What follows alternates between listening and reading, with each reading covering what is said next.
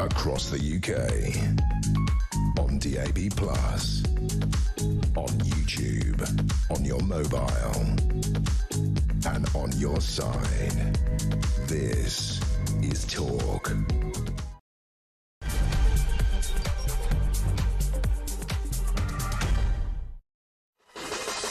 Hey, very good morning. Welcome to Wednesday. What is it? The 3rd of December, you lucky people. Welcome, Alarm Clock Britain. What are you up to today? I was thinking, before we start, how and where are you listening? Are you a plumber or a builder, a nurse or a taxi driver? Are you one of those people that are grafting for yourself and your family and the United Kingdom, sitting there thinking, who's getting my tax at the end of the day? Probably everybody who shouldn't deserve it. But anyway, Alarm Clock Brits, good morning. Welcome to Wednesday. So much in the news. You're waking up to, well, some would say a very shocking story. We're going to strip it to bits, but we want your opinion. Nigel Farage, this is on the front of the Financial Times. I hardly think it would be there unless there was some seriousness behind it. We can't say either way at this moment, but allegedly Nigel Farage has said that he expects Reform UK to do an election deal with the Conservatives in fact, in order to secure victory at the next general election. Farage allegedly telling donors that the pact may either, this is important, take the form of a merger to form a mega party or an agreement to cooperate with the Tories. So before we jump up and down and go, oh my God, that's it, it could be an agreement over certain seats. Presumably what he's doing is he's looking at what Labour is doing, and let's be honest, whether it's welfare benefit rises or it's I want everybody under the age of 5 to vote, you know, the truth is they are trying to shore up their position.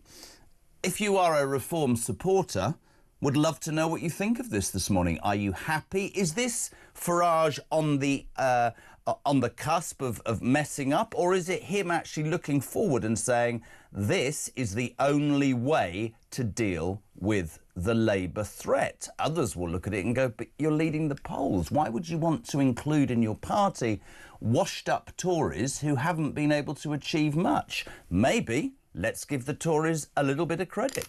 He's looked at the barnstorming performance last week by Kemi Badenoch and seen Jenrick and other really skilled operators doing a good job and thinks that they should and can be part of, finally, please God, confining the Labour government to wherever for the rest of their lives. So Nigel Farage, number one news story, allegedly telling donors that he expects Reform UK to do some sort of election deal with the Tories before the next election. Love to know what you think about it. 87222 on the text, your voice notes from the moment you're... I don't know what you're doing this morning, but just get them in. 0344 499 1000. And don't forget, just send us a text. Where are you listening? How are you listening? What are you doing? Serious story in most newspapers today. A report set up after Sarah Everard, of course, was tragically murdered by that scumbag Wayne Couzens, has said that sexually motivated crimes in Britain remain widespread, and it found that this is dreadful. More than a quarter of police forces have not implemented basic policies for investigating sexual offences.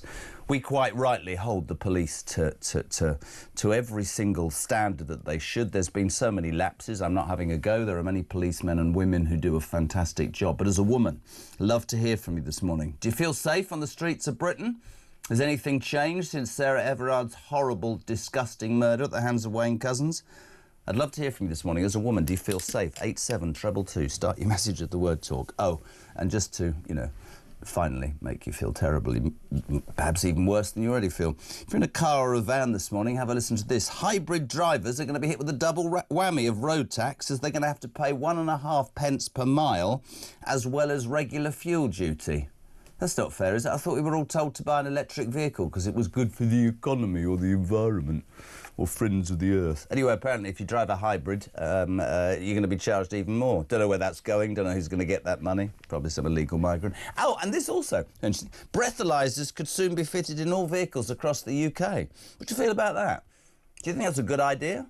Are you somebody who thinks that will do us good, or it will screw still further drivers? I don't know. I'd love to hear from you. So Nigel Farage allegedly saying, you notice my wires hanging at a strange angle this morning. I'm just going to tie that behind me. Don't worry about that. Nigel Farage allegedly saying that he will do a deal, Reform will, with the Tories. We'll find out if that's true later.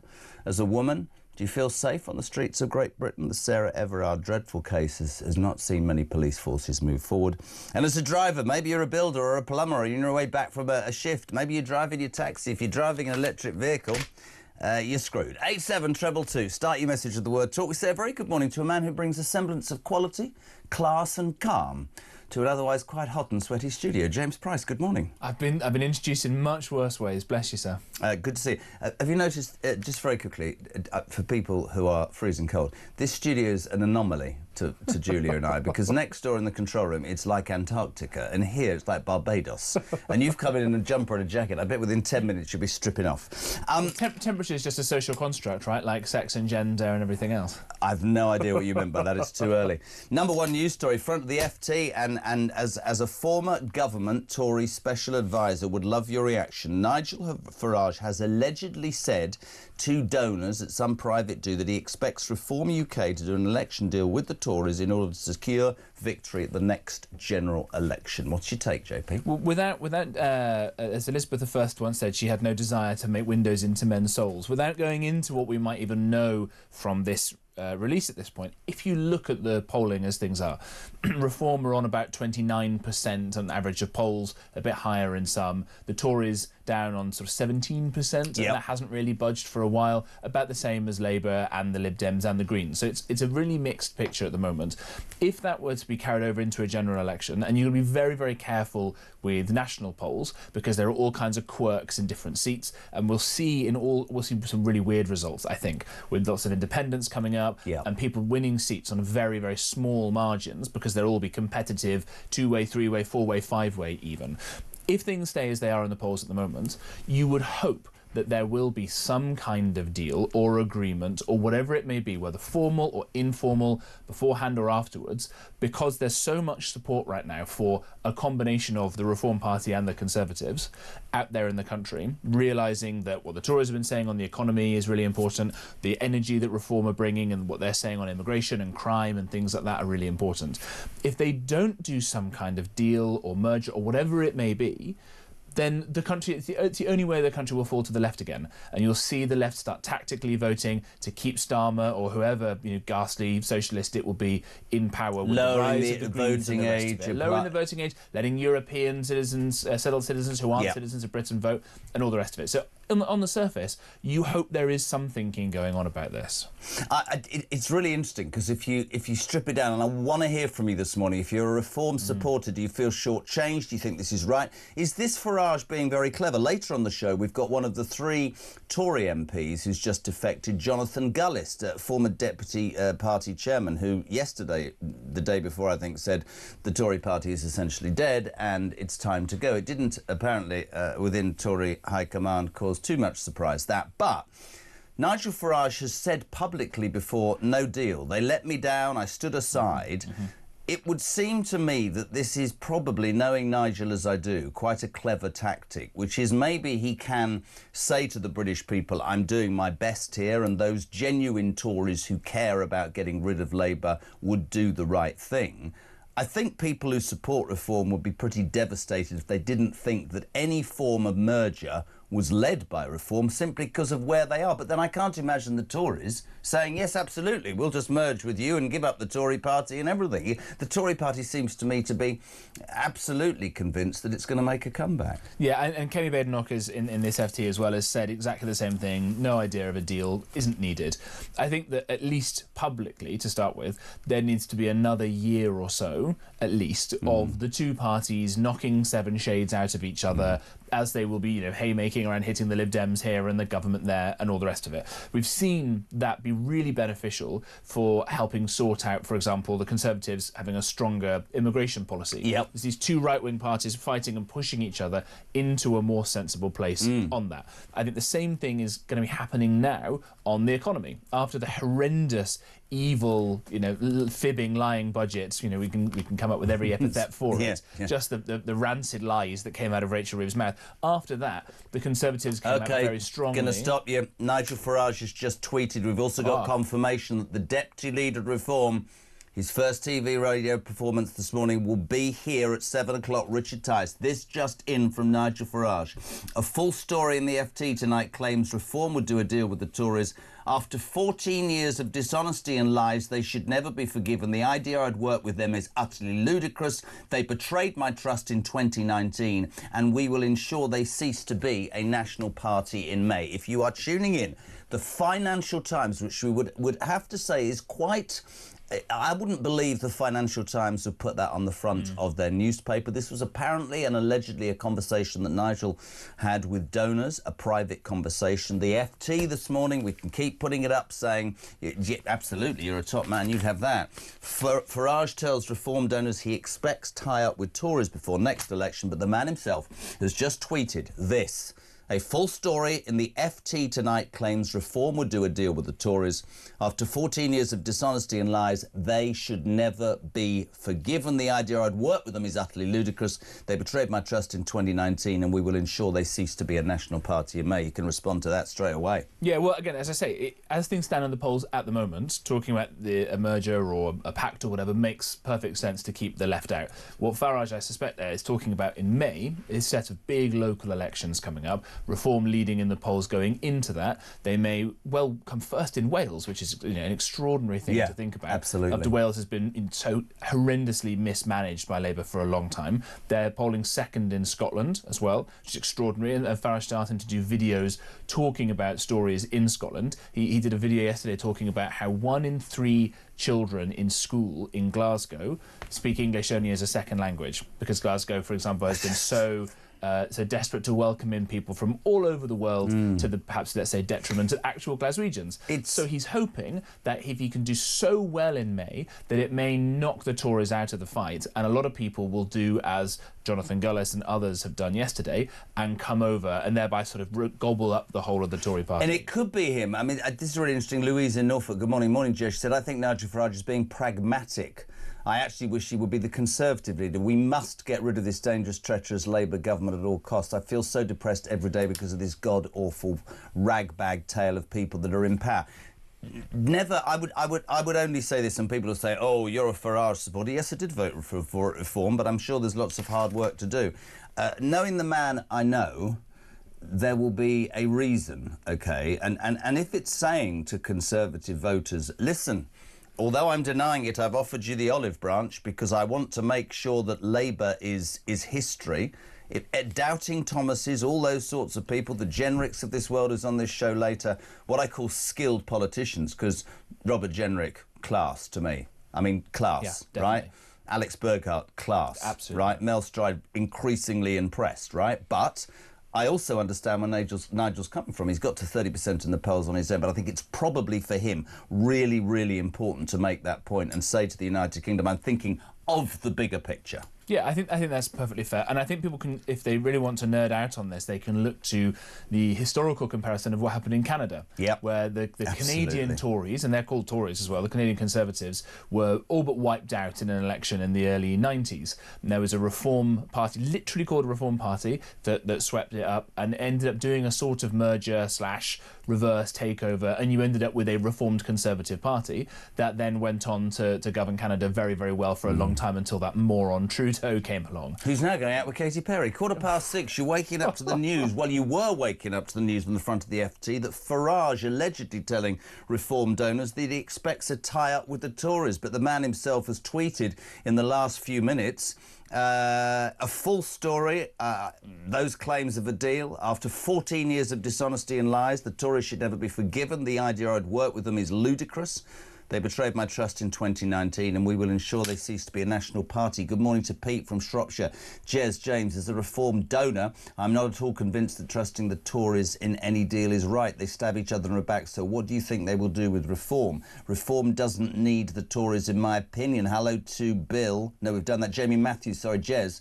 Oh, I've been up since 1 a.m. to start work at 1:30 in an engineering company, luckily able to listen on my headphones all night to keep me sane. Roll on 12 when I can get home. Jamie's on the Isle of Wight. Alarm Clock Britain, doing your stuff, Jamie. Big shout out. Good morning to Bill. Tories, Reform, tie-up, no need. Most Tories are not Tories. They're disguised Lib Dems or Greens. Reform should identify those Tories that they want and can trust and invite them to join. No need to merge. That will be a lifeline. Now, you see, that, to me, from Bill, might well be what Nigel Farage is thinking, that there is talent in a in a smaller pool, and that pool will probably be extinct, in his opinion.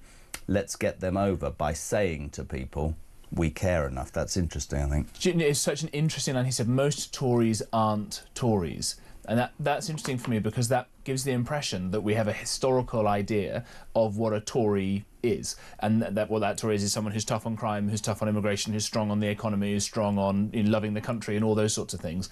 And that the modern Conservative Party has moved too far away from what people think. That's why I changed my vote. That's why I changed my vote. I've told you before, there was like a eureka moment for me during the last election. And when you're doing the radio or television, you have to be very careful, as you know, because of Purda. But a Tory, a Reform politician, I think, or candidate was talking about, strong military, control our borders, low taxation, police and men and women on the streets to deal with crime, not just making excuses. And this Tory MP, and I couldn't name him, went, well, that's far right. And I looked at the screen, literally in unison with my wife, and went, that's what we were brought up on. That is why so many Tory voters went to Reform. And I think it is ludicrous of both the Tory party initially, but then Starmer, to degrade millions of people, right, who are going, it's not far right. This is interesting, though, Paul. I love the alarm clock Brits. I love them. 87222. He says, to be fair, Reform have been on the slide in the polls the last few weeks. If you look, he says, maybe a deal might be the only way of grabbing an overall majority at the next election. That's interesting. Morning, Jez and James. From the 6 a.m. train from Croydon to Victoria, off to the office 5 days a week for Miss... What? And then I have to get home and not slack. Mark in Croydon. The Farage story, I'm loving this. This is good. The Farage story is nonsense. Glad he has already tweeted that he will never have anything to do with those Tories. They stitched him up. And finally, for now, Christina. Hi, Jez. Hi, James. I would prefer a Reform UK government only, but we need to get Labour, Lib Dems and those bloody Greens done for good. Maybe Farage is thinking about saving our country. He says no. Yeah, well, by the way, I used to get that train from Croydon to Victoria a lot, so God bless that guy for that. 'Cause that's not always the most fun journey, having been a former Croydonite myself for a while. Look, I think that the overriding responsibility for any patriotic Brit who cares about the future of the country is, as that last boss said, to get the socialists out. When you think about the future that Britain could have had, were socialism never to have come into being 100-odd years ago, with that first minority Labour government, we'd be living on the moon. But, mate, I blame Boris Johnson massively. He had a chance to rule for 10 or 15 years and they messed it up. And that's why so many people are angry. And I think one of the great things that Farage has going for him is the salutary lesson of Boris Johnson, who was, again, the other great talented politician along with Farage of our age, who saw what happened if he didn't, when he didn't grip government properly, when he didn't govern from the right, well, it's even from the right, but as you say, common sense stuff. Back the military, have law and order, don't have open borders, have an economy that grows. None of this stuff being rocket science. Farage can look at Boris Johnson, who did used to sort of bestride all of politics, and is now once again back to being a figure of fun, but or maybe just the punchline himself. Absolutely. And you remember a while ago when it was Margaret Thatcher, the 100th anniversary of her birth, there was a big fancy dinner and Boris Johnson did some big attack thing against Farage for being too soft on Russia and all the rest of it, and the press all went to Farage and said, what do you say back to this? What do you say about wanting him to kind of punch back? And he goes, sad, isn't it? It was a perfect response. Absolutely. And Farage, I think, knows he can't make those mistakes. He's got that lesson to learn, and he's going to need talented people who understand the games that the civil service blob plays. I do agree. I completely agree. We would love to hear from you, Alarm Clock Britain. 6:21 on a Wednesday morning. The FT leading with Farage telling Reform donors he expects a tie-up with the Tories at the next election. Nigel Farage tweeting already, it's a lie. I would never deal with them. Dishonesty and lies of 14 years. The idea I'd work with them is ludicrous. They betrayed my trust. What do you make of this, peeps? Voice notes even. 0344 499 1000 and text. Morning, Mike. Morning, Jez. A great show as always. Yes, Alarm Clock Brit here on his way to a bit of landscaping in the fog. Great stuff. But as far as Reform, I think potentially it was looking pretty much on the cards, because if we look at this sensibly, yes, the Tories have messed up, but let's be honest, they are the ones with the kind of, for me, I think they've got the go-ahead. They're the big boys with the go-ahead, where they haven't got the numbers, where Nigel does obviously have the numbers, and I think some kind of merge is going to have to happen, because if everybody remembers, Reform, as much as they're growing, aren't ready quite yet, and the big boys might have the answer to merge together. I don't know. The whole country's a mess, so something needs to happen. Anyway, great show. Speak to you all soon. Bye.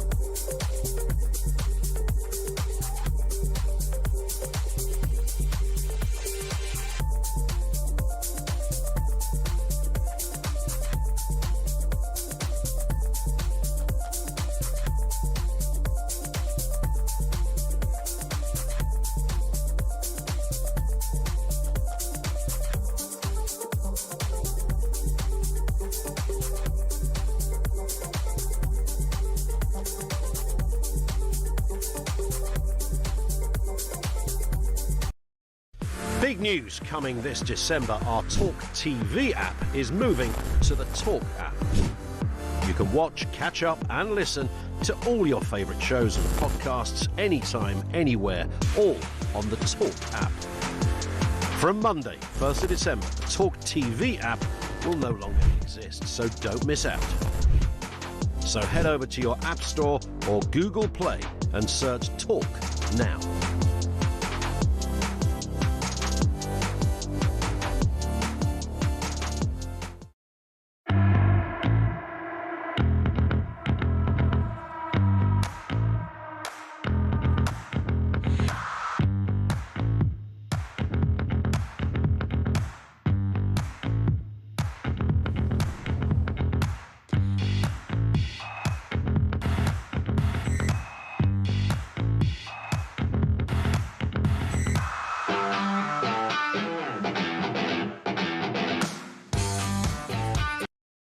Across the UK, on DAB+, on YouTube, on your mobile, and on your side.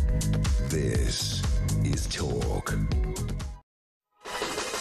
Hey, very good morning. It seems to happen all the time here at Talk, where the nation comes to speak. Good morning, Alarm Clock Britain. I do want to say today, before we get into it, I don't know how or where or why you're listening to us. Well, hopefully I know why.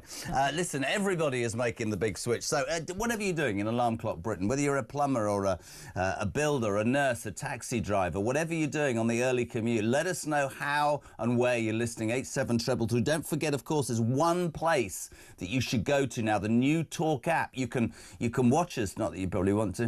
You should see them all in this studio at this time. You can listen to us and take us with you on the morning commute. Jez, Steve here. I'm part of the Alarm Clock Club, just waking up in my hotel, 200 miles away from my wife at home. You lucky man.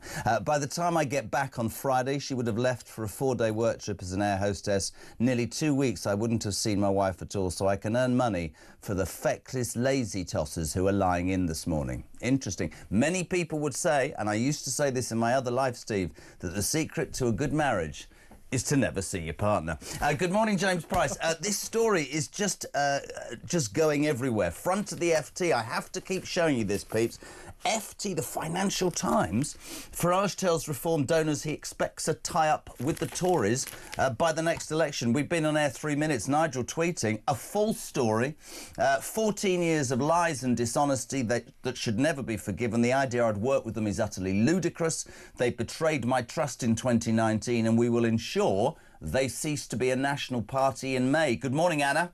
Morning, Jez. Anna, sorry. Nigel Farage runs the country. He just isn't in number 10. He is speaking for the Tories, if this is correct. So he runs the Tory party. So I'm quite happy with that. And if it's not true, Kemi can come out this morning and deny it. It doesn't really matter. The Tories are an irrelevance. If the Tories join Reform, it will be on Nigel's terms. And I'm quite happy with that. More to the point, we've got no other choice. He is our only hope. Joanna in Salisbury, James, Nigel Farage merger with the Tories, if that's what it takes, so be it. If we don't get Labour out by whatever means, there will be absolutely nothing left of this country. I think that from Joanna in Salisbury is spot on, to be fair. Yeah, and it's a grim thing for people to have to wake up to contemplate. But if you look at the ageing population, you look at the demographic changes, you look at younger people overwhelmingly, or not overwhelmingly, but to a large extent thinking that democracy doesn't work, having no love for the country. You look at the economic situation, the amount of debt that's piling up, the amount of unfunded liabilities, as it's called in economic terms, that we don't know how we're going to pay for the state pension, for public sector pensions and things like that. That means our actual debt is not £3 trillion, however enormous and terrifying it is. It's something more like £12 trillion. We've got no decent army at the moment because we've been underfunded. Have we got more legal migrants than we've in this country that we've got armed forces personnel? Is that right? A number I worked out a while ago. More than twice as many people have come over in small boats since 2018 than we have regular members of the British Army. So, you know, a smorgasbord of challenges that we wouldn't want our worst enemies to have in some ways, and therefore the only kind of side of politics that will fix any of this is a right-wing side of things. You've got the Reform Party, you've got the Conservative Party. Where they are in the polls at the moment, they're going to have some kind of deal unless something changes. Maybe after May that does change. Maybe this is part of it. Maybe this is a ploy. I don't think I've seen a response like this. Chris, James, Reform don't need the Tories. The Tories need Reform, and there is not many Tories worth having. Maybe it's the way of finding out the quality. John Daniels, as if by magic. He says the Financial Times are peddling... That is such fake news. That's what he said. Did you like that? You're fake news. Yeah. He says the fake news from the FT, according to Nigel, increasingly left-wing and biased, so subscription cancels. They, he says, should keep out of politics and stick to economic analysis, which is widely often wrong. Politics certainly not dull at the moment. I think John's right. Susan Witt, one wonders if she does have. Sorry. The Tories lost me when Mark Francois announced the Tory party of 5 families. I didn't vote for 5 factions, but one Tory party with Tory values, which is why I vote for Reform. James, Jeremy. Oh, Jay, you're on the spot. James, you, like Danny Kruger, are exactly what Reform needs to make our country great again. Natasha, please join James now. Well, there are no. I can't see any admission forms in front of me, so I wouldn't be able to do it now exactly anyway. But this is the point that there is a lot of talent on the right, and there's also me on the right. You're a talented man. Well, that's very kind.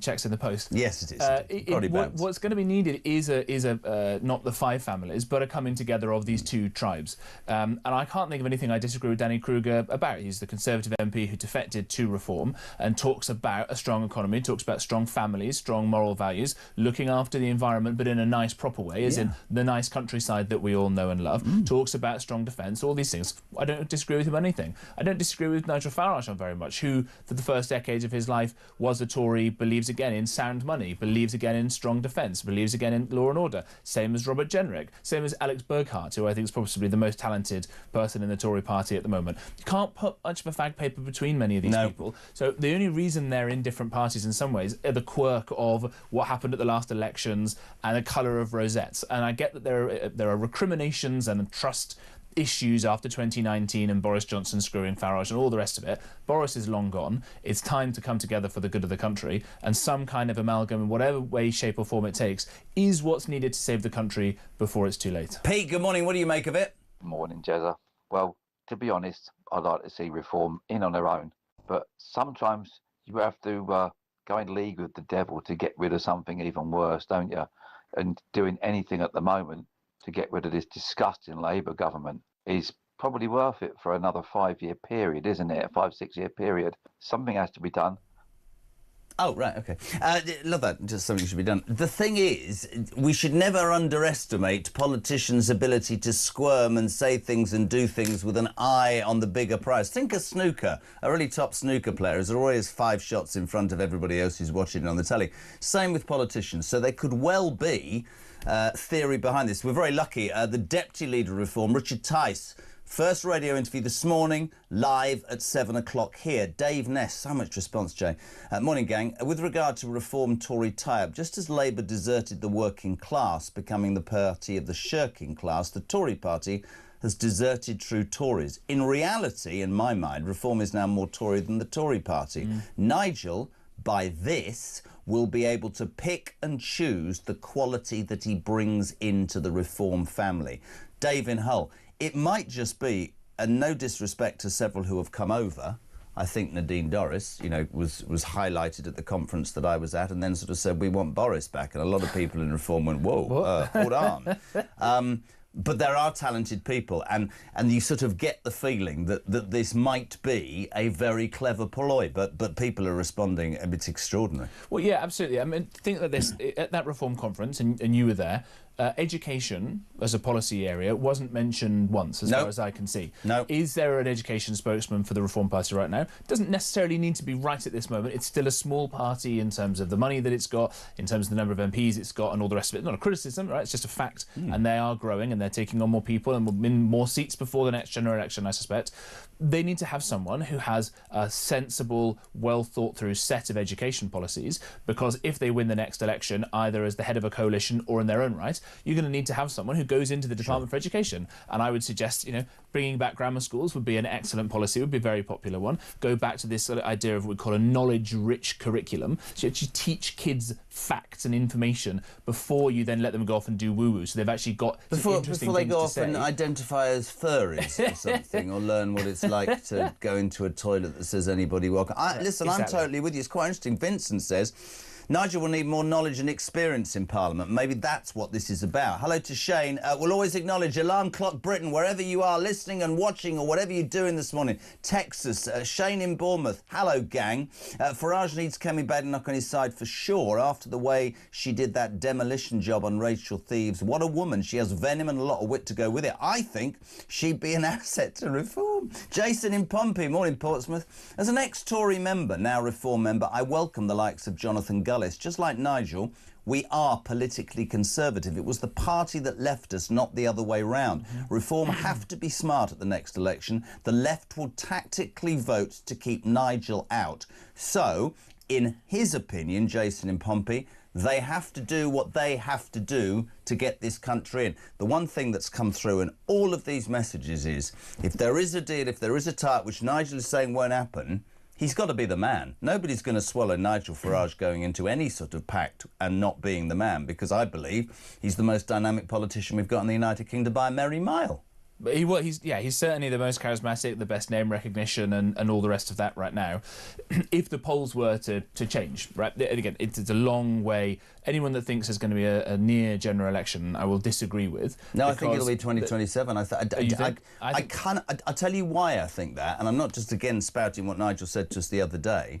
Liz Truss is still banded as the most barking mad woman ever to run this country. But there was a poll yesterday, wasn't there, Christian, which said that now more people distrust the Labour government in terms of economics than when Liz Truss was in charge. Are you telling me that the markets at some point in the next 2 years, if we head down this road to desolation in my opinion, are not going to go, listen, something's got to change here, genuinely? Well, then they'll change leaders the way that happened after Truss. I think the Labour Party will realise, as they are slow to realise most things, but they will realise they're never going to have another shot in government unless they fiddle it in some way by allowing more people to vote or whatever else it is, and they will go as long as they can. So what I mean is there's a long time for polls to change. Yep. As you say, if they stay where they are and the Reform are ahead, then having Farage in would make sense if you were looking at it from the outside.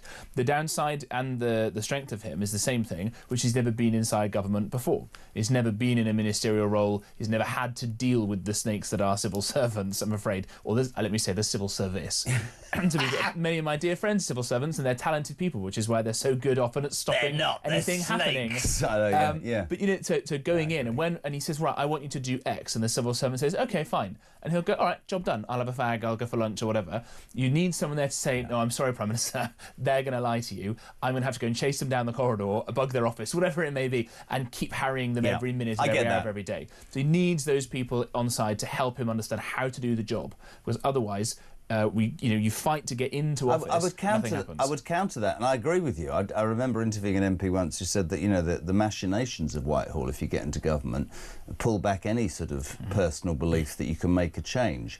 But I think he's one of the few politicians who, in standing and saying Trump-esque, I'm going to do this and do that, would absolutely make as bloody sure as he could make sure that was effective. But I do agree with you. I think there's real talent. Listen to this from Dave in South Gloucester. Your illustration of why you, Jezza, voted reform and the reaction of the Tory MP to reform's view is exactly why Farage should not countenance working with the Conservatives. Those left-leaning people are still there. They may be keeping their powder dry and letting Kemi and Jenrick loose to talk tough and promise real Conservative policies. But in my opinion, as soon as they gain power, they would immediately wade in with their centre-left pressure and water down, as Johnson did, all the real Conservative action that seems and needs to be done. Words and empty promises are cheap. To quote The Who, we won't get fooled again. And you know, that's really important. My God, this is a reaction this morning. So you're waking up to the story. Front of the Financial Times, they said Farage is planning a deal with the Tories. He tweeted at 6:05, a full story.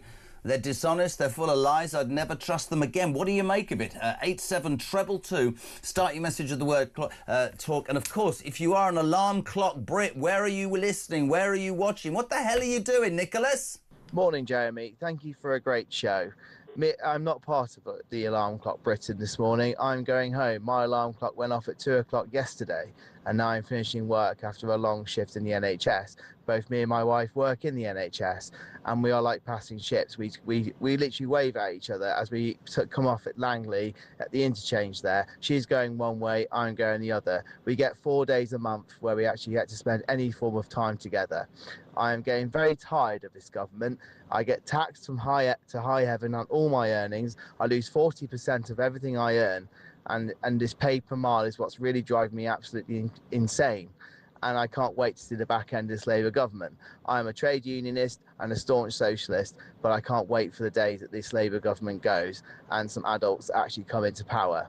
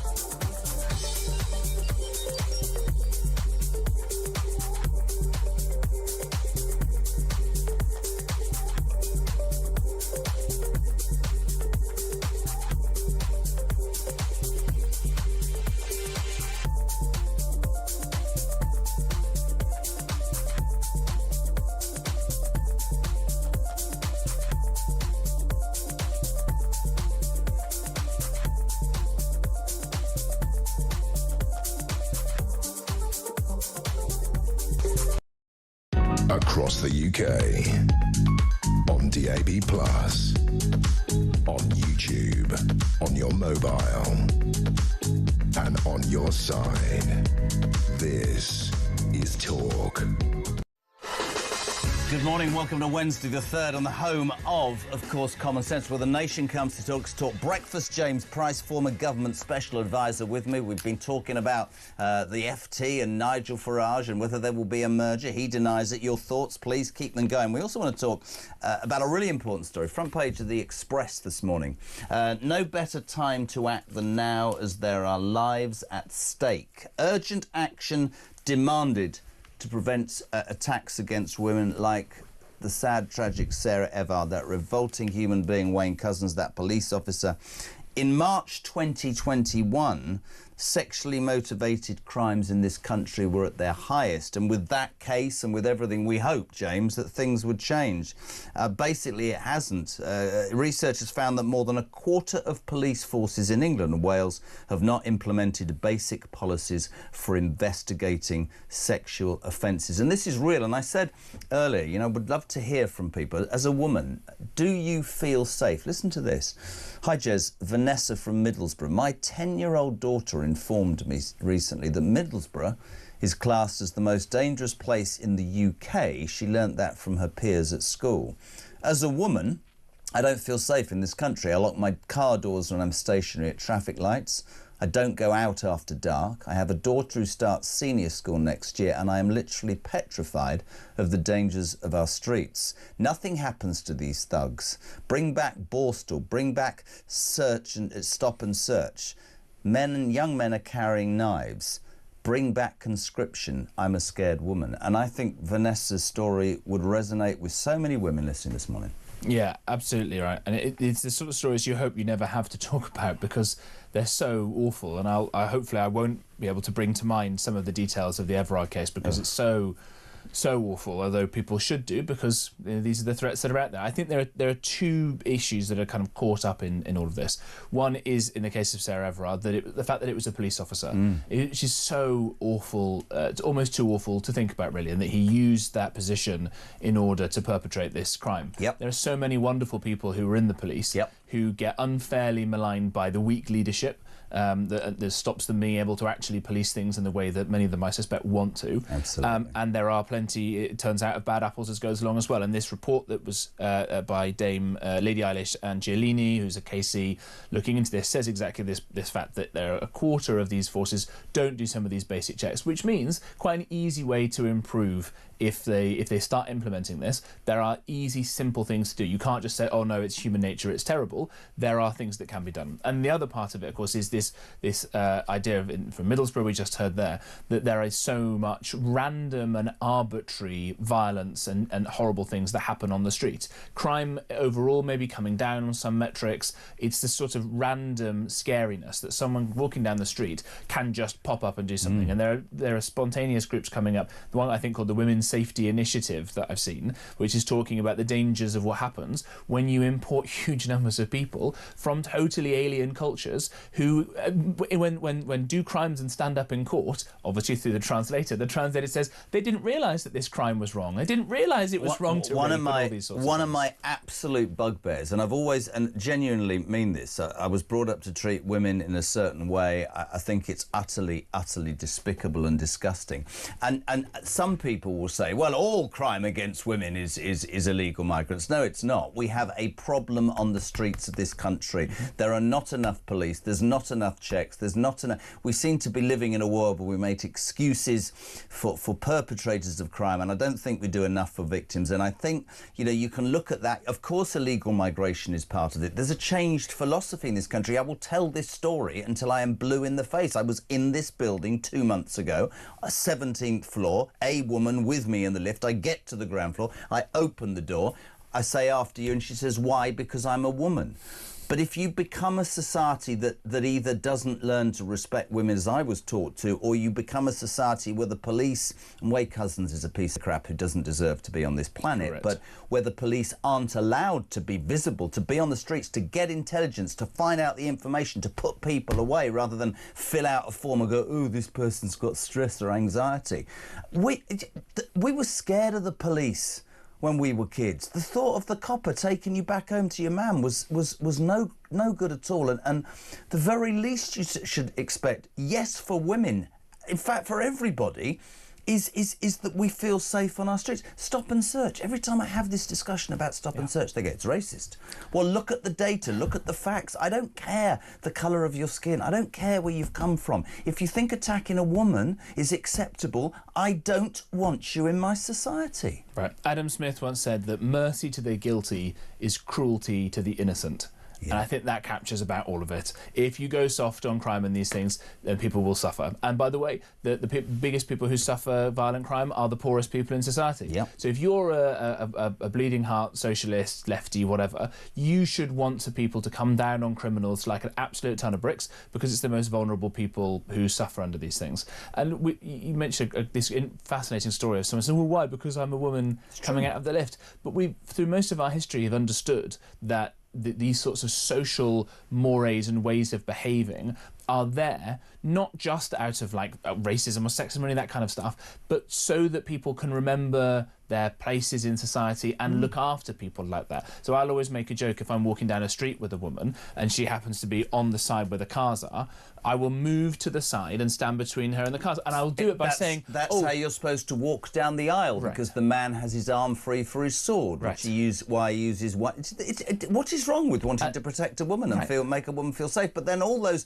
those women who care about women's rights say, well, you're just a sexist pig, I can look after myself. So what I do, and if I walk down the street with someone like that, I say, oh, can I be a terrible bigot for a second, please? And then I will walk around and stand between there as a way of kind of diffusing it. But if I don't do it, I can hear my grand's voice saying, how dare you go and stand between her and the cars, young man. Completely agree. Would love to hear from you, seriously. As a woman, do you feel safe on the streets of Great Britain? You're waking up to so much news on Talks, where the nation comes to talk. Front of the Financial Times claiming that Nigel Farage is going to do a deal with the Tories. He refutes this completely in a tweet this morning. Loads of you responding, 87222. We're talking about a report that says, despite the horrific Sarah Everard murder, less than a quarter of the police forces in England and Wales have implemented basic policies for investigating sexual offences. Wherever you're listening to us this morning, Alarm Clock Britain, we want to hear from you. And next, if you're driving an electric van or a car, you're screwed as well. 10 to 7.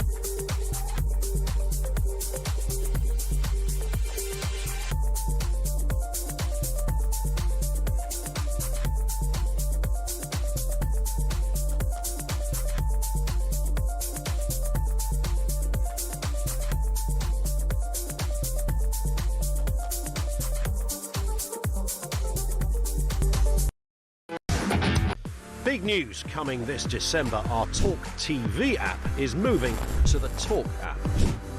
You can watch, catch up and listen to all your favourite shows and podcasts anytime, anywhere, all on the Talk app. From Monday, 1st of December, the talkTV app will no longer exist, so don't miss out. So head over to your App Store or Google Play and search Talk now.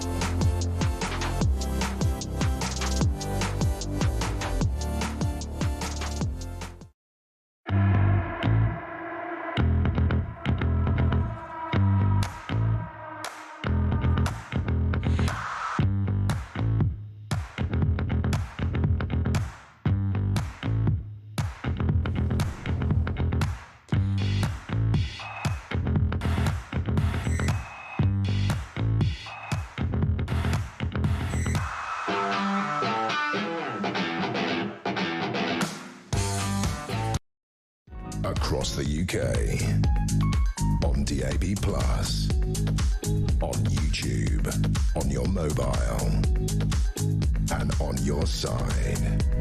This is Talk. Welcome back, Alarm Clock Brits. This is Talk, where the nation comes to talk. By the way, there's only one place to listen and watch now and take us with you. It's the brand new Talk app. If you haven't downloaded it, James Price, this story about, in the FT about Farage, you know, telling Reform donors he expects a tart, then him tweeting saying it's a false story, has garnered such response. Christie, I voted for Reform twice and swore I would never vote for the Tories again, but, and he's smiling, JP, I really like Kemi and I'm rooting for her. She has a long, hard road to get people to trust the Tories again, but I've been very disappointed with Reform the past few months on a long list of issues, so I might well think about it. The Deputy Leader of Reform, an exclusive, on Talk Breakfast here at 7 o'clock. Good morning to Zoe in Lancashire. I think Trump has told Nige that this is the only way that they will win the next election. We all know that Labour will do a deal with the other left parties to get in and stop Reform from getting in. So in my mind, you have to swallow it, and it's a good idea. Tim Brennan, good morning. I'm in Stoke, just got in work at 6 a.m. I didn't finish till 9 last night. I think if Nigel did make a statement like this, and the FT know it would turn the trust that people have in him and Reform. Love listening. Bill's in Romsey. Hi, JK and James. I smell a rat. I bet this story about Farage originated in Number 10 to take the pressure off Rachel Thieves in its PMQs today. What did we make of that, James? That's interesting. Well, I can imagine Labour coming out and making a lot of hay with this, to which the response is, well, Labour will have to do some kind of deal with the Greens and those evil, mad, your party freaks and all the rest of it as well. God. Then this is the problem, that politics is starting to bifurcate down the middle on this because of how polarised everything is. I thought the really interesting comment there, by the way, was about Trump saying this to Farage. Right? We know that the American administration loves Great Britain. J.D. Vance came and had his holiday here in the Cotswolds this summer. They care deeply about the mother country, and they hate to see what Starmer and co are doing to it. So I think that if they can come along and help say, right, this is how we brought two parts of the American right together, this is how you guys can do it. For me, it's like that Marvel movie, The Avengers, if all the great heroes come together. You had Farage and Alex Burkhardt and Rob Jenrick and Kemi and Tice all on the same team. Whoa. Well, we'll find out, because Tice, the Deputy Leader of Reform, and exclusive, his first radio and TV interview will be in about 6 minutes on Talk. The other big news story, quickly, before we let you go back to Mrs P. If you're in a car or a van this morning, JP, have a listen. Hybrid drivers are going to be hit with a double whammy of road tax, as they'll have to pay a penny and a half a mile as well as regular fuel duty. Forgive me for sounding cynical. Weren't we told that we had to buy electric vehicles? I feel slightly... I haven't got one, because I wouldn't be able to work it out. But, I mean, honestly, how conned are people going to feel about that? Well, this is exactly what happened with diesel cars, right? We were told by Tony Blair, buy diesel cars because the carbon emissions are lower. Yeah. And then it comes out, oh, actually, diesel puts out mercury or whatever that kills your brain. This is what happens when the government gets involved in market processes in general. It can never have enough information. Its incentives are all out of whack.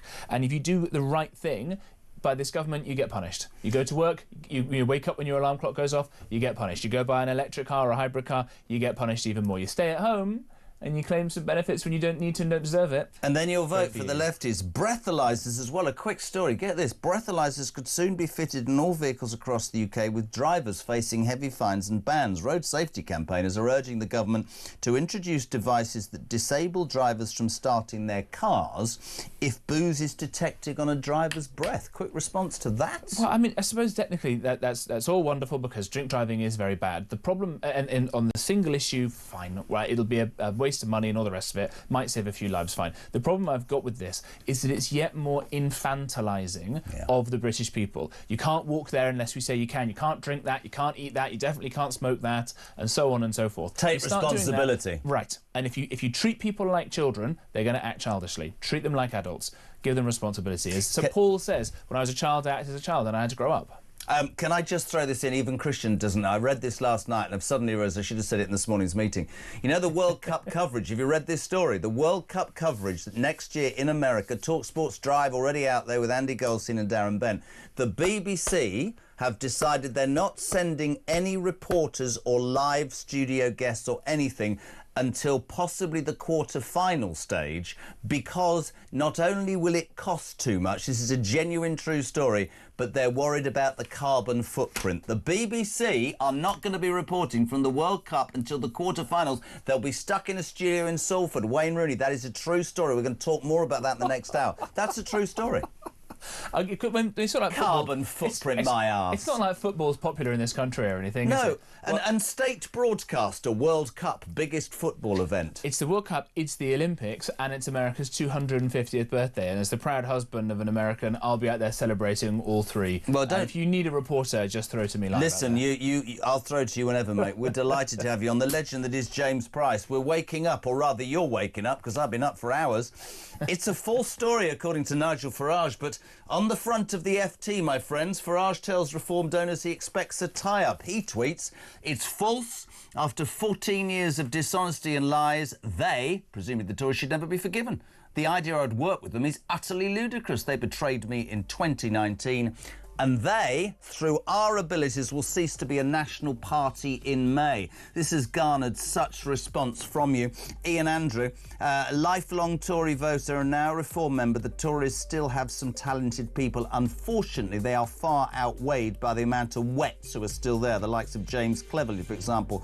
Glad to get Jonathan Gullis, Danny and other decent talent. Vote Reform. Great guest, by the way. He loves you, James. Right. News at 7. Wherever you're listening and watching Alarm Clock Britain, we want to hear from you. 87222. And an exclusive to Talk Breakfast, Richard Tice, Deputy Leader of Reform, will respond on this station to that story about a Tory potential tie-up next after the news.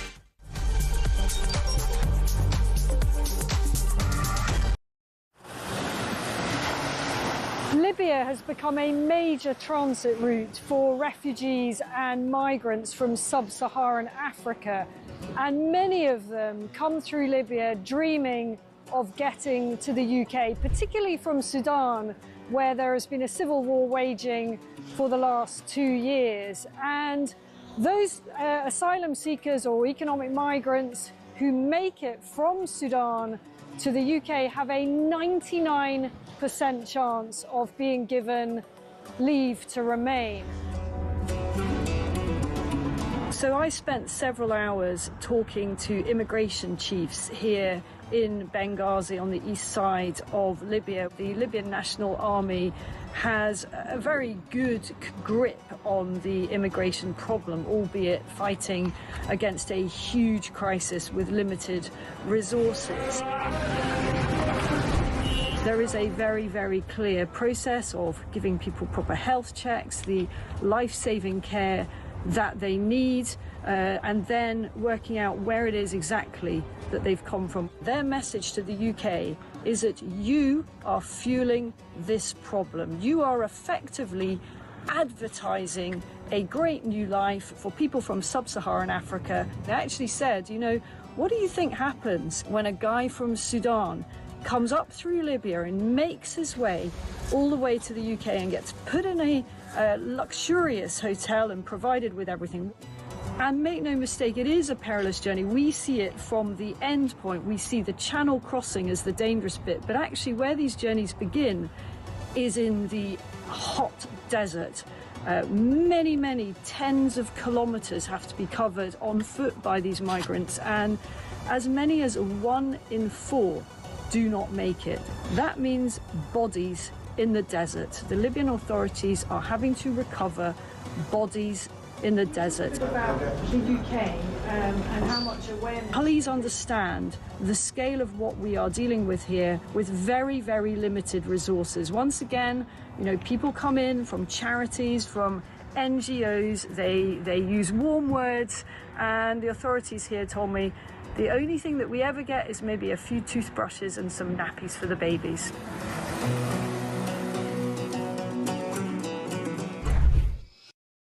Across the UK, on DAB+, on YouTube, on your mobile, and on your side. This is Talk.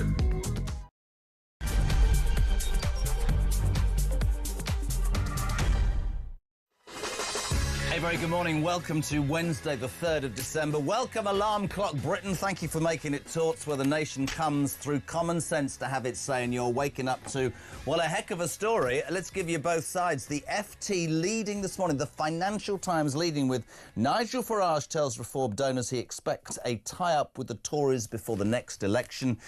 This caused great consternation, some different opinions, but literally at 6:05, the man himself, Nigel, tweeting the following. It was a full story in the FT tonight, claiming Reform would do a deal with the Tories. After 14 years of dishonesty and lies, they should never, ever be forgiven. The idea I'd work with them is utterly ludicrous. They betrayed my trust in 2019, and we will ensure they cease to be a national party. The Deputy Leader of Reform, Richard Tice, in just a sec. That is in the news. Also, shocking report out today after the horrific death of that poor girl, Sarah Everard, and that revolting copper, Wayne Cousins. We find out this morning that less than a quarter of police forces in this country are yet to implement basic policies for investigating safety issues for women. So we want to ask you this morning, as a woman in the United Kingdom, do you feel safe on our streets? 87222.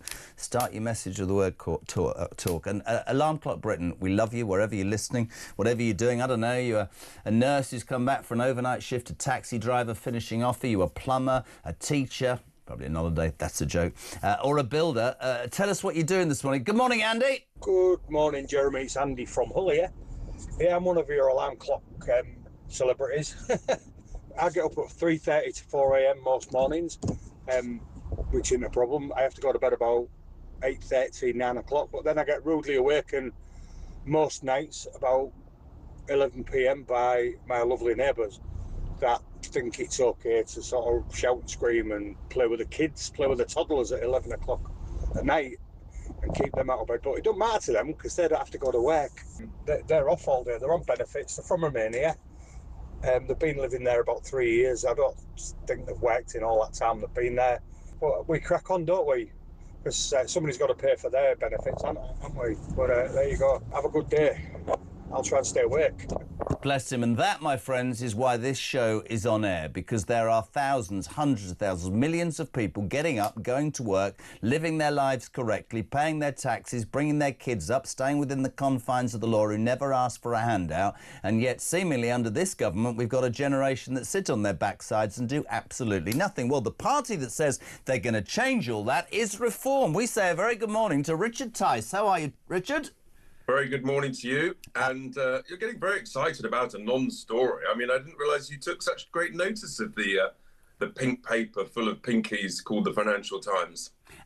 Richard, you know, because you used to do this job, that certain things jump out of nowhere and you go, yes, there's the story. You have to listen. I'm going to interview you properly.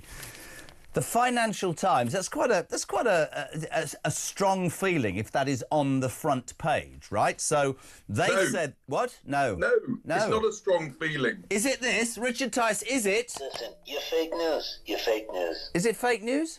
Yes, it's fake news. The President's right, it's fake news. This has been just completely and deliberately blown up into a story. Maybe the Financial Times was short of things to write about this morning, but honestly, this is it's just claptrap. We're doing well. We're winning by-election after by-election. We won another one last night, by the way. And the simple reality is that competition's a good thing. We're not afraid of scrutiny and challenge by anybody. But the bottom line is that they had their chance, they blew it, they messed up, and now it's their time, their turn, actually, to stand aside and to let us take on the commies and the socialists in Labour and the Greens and whoever else, and your party and that party and their party. It's not my party. It's not my party. Is it your party? It's not your party. They don't know whose bloody party it is. All I know is that the country is going bankrupt, and that people like your previous caller, Andy, are raging mad at having to pay for foreign nationals to sit on their backsides at home every day, and we're going to stop all that nonsense. And that's the key thing. You can't do a deal with people who fundamentally don't agree with your values and your principles. Most of the Conservative Party in Parliament don't want to leave the European Convention on Human Rights, which is a major, major block on making progress. They don't want to leave the Human Rights Act. They don't want to clamp down on immigration in the way that we do. They don't want to clamp down on benefits. This is the party, I remind people, that allowed welfare, the benefits bill, to soar to the highest levels ever under the Shadow Chancellor, one Mel Stride, no less. So look, forget it. We're doing our own thing. We're making great progress. And sometimes what happens is when someone sort of hears an answer, they hear what they want to hear, because look, they've always been a Tory donor, and they're sort of struggling that their money went to a bunch of duffers who said one thing and did something completely different. Let's strip this down, because what's been really interesting this morning, Richard, is the response to from the die-hard reform voters. Many of them, a majority, are saying, not on my life is that ever going to happen. We were let down repeatedly. Reform is actually about true conservatism. But some pragmatic responses saying, for example, one lady says, can you ask Richard Tice this? Can you admit that with Labour buying votes, 16 billion on welfare, lowering the age of voting, that you might need a little help to counter Labour, because all the left will get together, and is there not in her mind a talent pool, however small, within the Tories that would do everybody a favour, serving one interest, which is to make sure we never have this hideous socialist government against? Great question. It's a great question. And the talent pool who believes in our principles and values should come and join reform. But I say respectfully to the Tory party, the national interest is served by them standing aside and let us take on all of the other bunch of socialists. What if they don't, Richard? What if they don't stand aside? What if it cuts up and Starmer's lot get back? That's what people are concerned about. It's not going to happen, because we're going to keep making progress. We're going to work harder than anybody else. We've got the best policies in tune with Alarm Clock Britain. And many people who actually are sort of unreasonably and unfairly claiming benefits, they actually don't bother to vote anyway. So a whole load of that stuff's a myth. And I just simply say again that the national interest is served by the Tories recognising they had their chance, they blew it, they now need to stand aside for some business-like people with a strong track record of success who can save this country from going bust. And that's what they should really do. You know, they told us to stand aside a year ago. Well, we've turned the tables on them, and now it's their time. Just accept your time. You're 200 years old. Maybe you're showing a few aches and pains and creaking a bit. Just shuffle off to the retirement home. We'll sort it out. But let's just take that point, because one of the things that people feel most betrayed about, if they were idiotic enough to vote for the Labour Party, was that this dreadful Prime Minister and his Chancellor came to power spouting that, you know, we'll put country before party. It's about growth and working people. I don't know why I do that when I say growth. But actually, it's turned out to be a blindingly obvious example about how they think only about themselves. Let's just play the game. You are leading in the polls. You are winning by-elections. You have, in my very humble opinion, the ear of the British people, and you have your finger on the pulse of the British people. But let's say you stick at 30, and let's say, because he's devious, whether it's him or somebody else, the Greens and the Yorp, they all get into bed together, and there is a fundamental chance that there is not going to be a majority. Are you saying you might or you will never have any sort of agreement with the Tory party, whether it's to stand aside at certain seats, whether it's to bring some talent? Are you saying might or never, Richard Tice?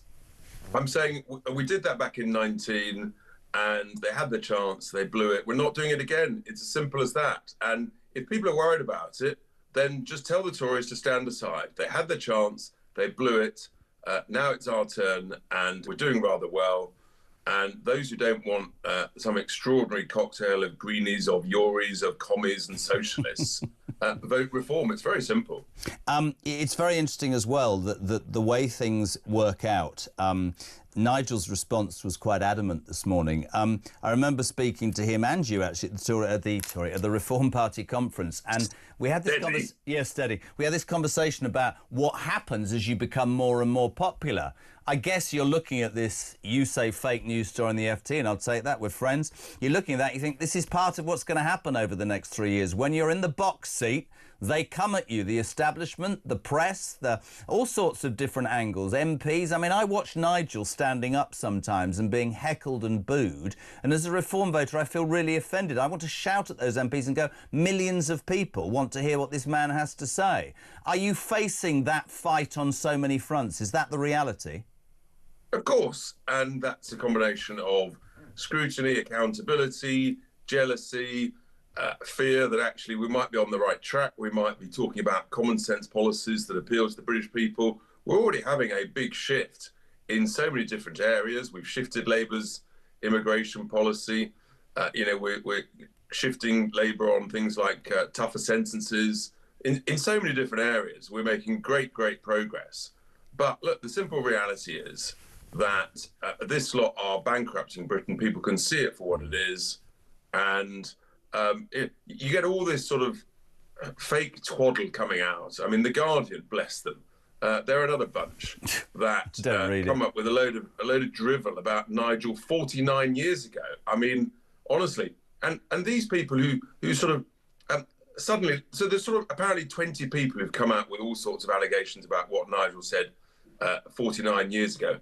Isn't it funny? I mean, if there were 20 of them, well, according to the polls, 6 of them should be Reform voters. Well, they don't seem to have perked up as a Reform voter. No. These are all socialists. These are all people who are making stuff up because they're just against us being the governing party and Nigel being Prime Minister. And we just have to face into it. It's fine. The fact that week in, week out, we're winning by-elections proves that the great British voters are not falling for this claptrap.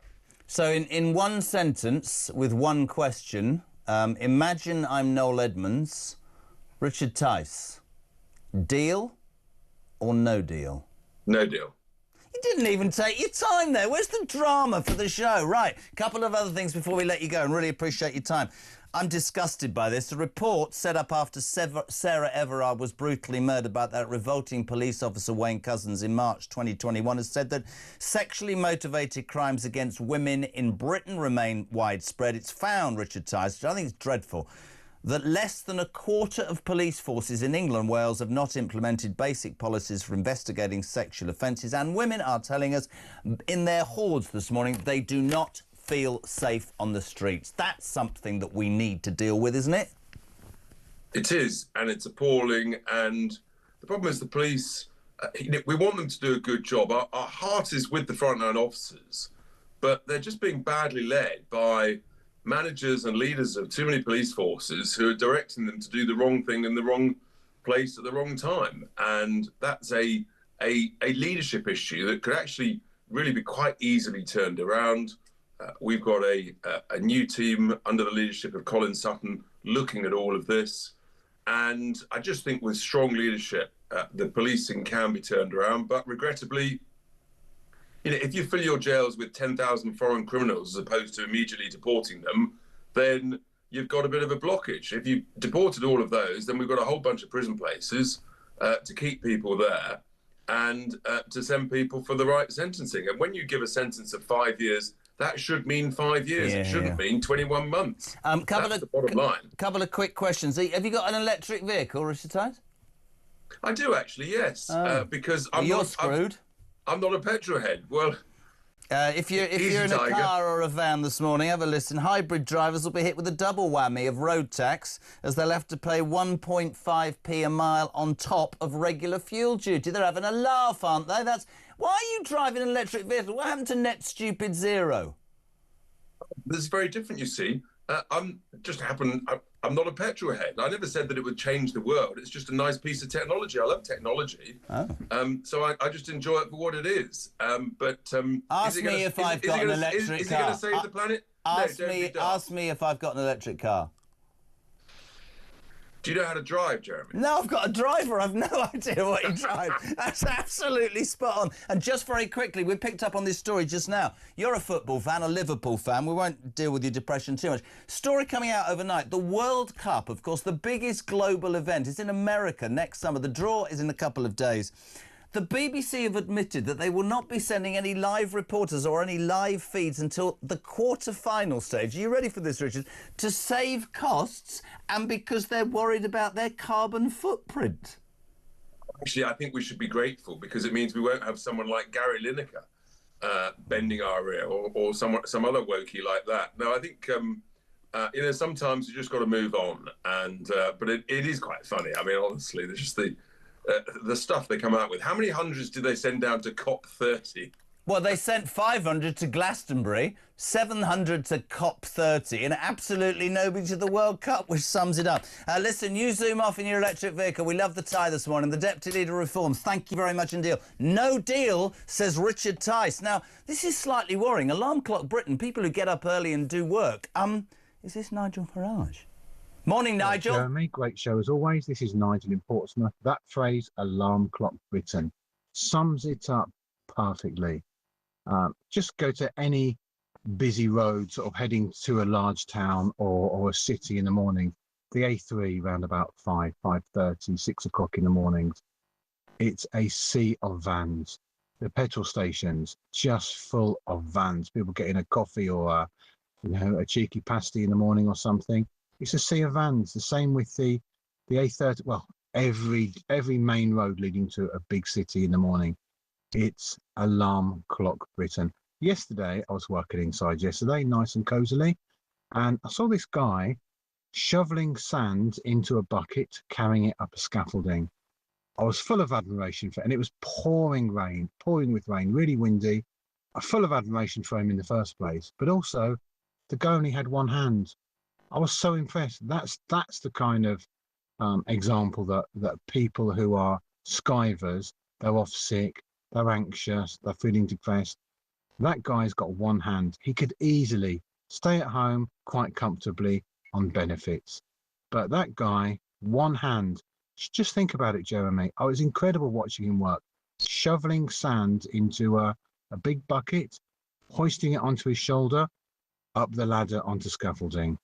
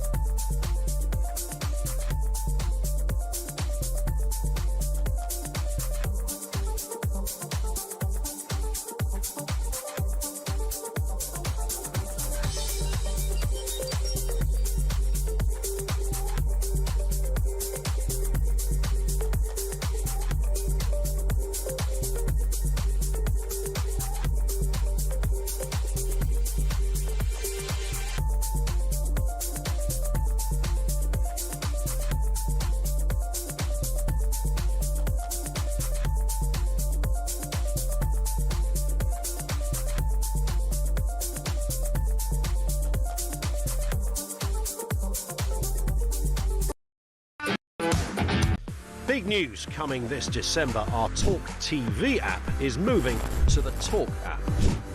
You can watch, catch up and listen to all your favourite shows and podcasts anytime, anywhere, all on the Talk app.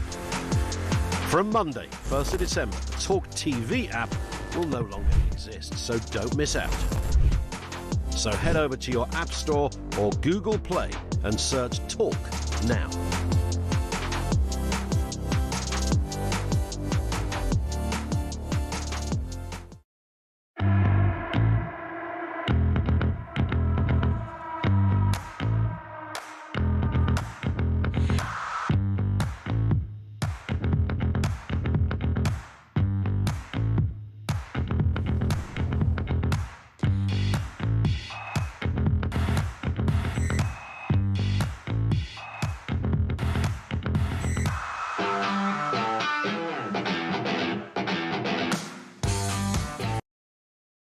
Across the UK, on DAB+, on YouTube, on your mobile, and on your side.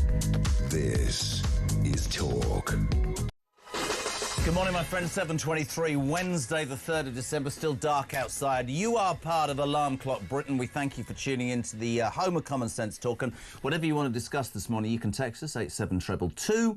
Start your message with the word talk. You can leave your voice notes. Honestly, Christian loves it. He cuts them up quicker than he cuts up a salad. 0344 499 1000. You're waking up to what Nigel Farage on the front of the FT has called... Fake news.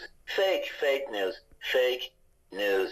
That's what Nigel says. The report on the front of the FT is, which says, Farage tells Reform donors he expects a tie-up with the Tories before the next election. He then tweets, this is false, it's rubbish, they're liars, they're dishonest, they betrayed my trust in 2019 and we will ensure they cease to be a national party. Richard Tice, deputy leader of Reform, was just asked, deal or no deal?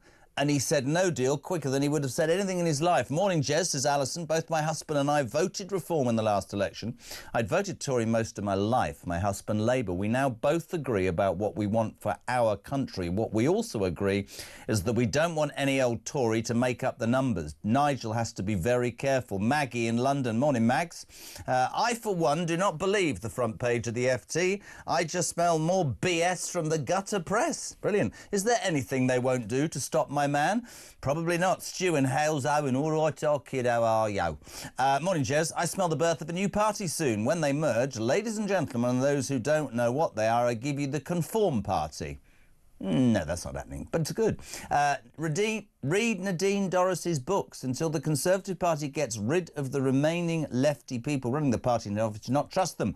I was a volunteer and a local councillor, and Nadine Dorris is spot on. Steve, good morning. Reform and Conservatives. This is perfectly timed as usual from Nigel. Watch the fear run through the left. They will scramble to make alliances, and by the time of the election, they will be at each other's throats. Harvey and his co-workers are part of Alarm Clock Britain. Morning, Harv. All right, Jezza. Hope you're having a good morning. Talking about Alarm Clock Britain. Do you want to hear my new alarm? Keir Starmer's a Wally. Keir Starmer's a Wally. Keir Starmer's a Wally. Well, have a good day, Jezza. Have a good one. Stick to the day job. There's actually that online, and the word is not Wally. So I appreciate the boys making that a breakfast-ready example. Good man, Harvey. Enjoy your day, boys. Tell us where you are next time. John in Hampshire.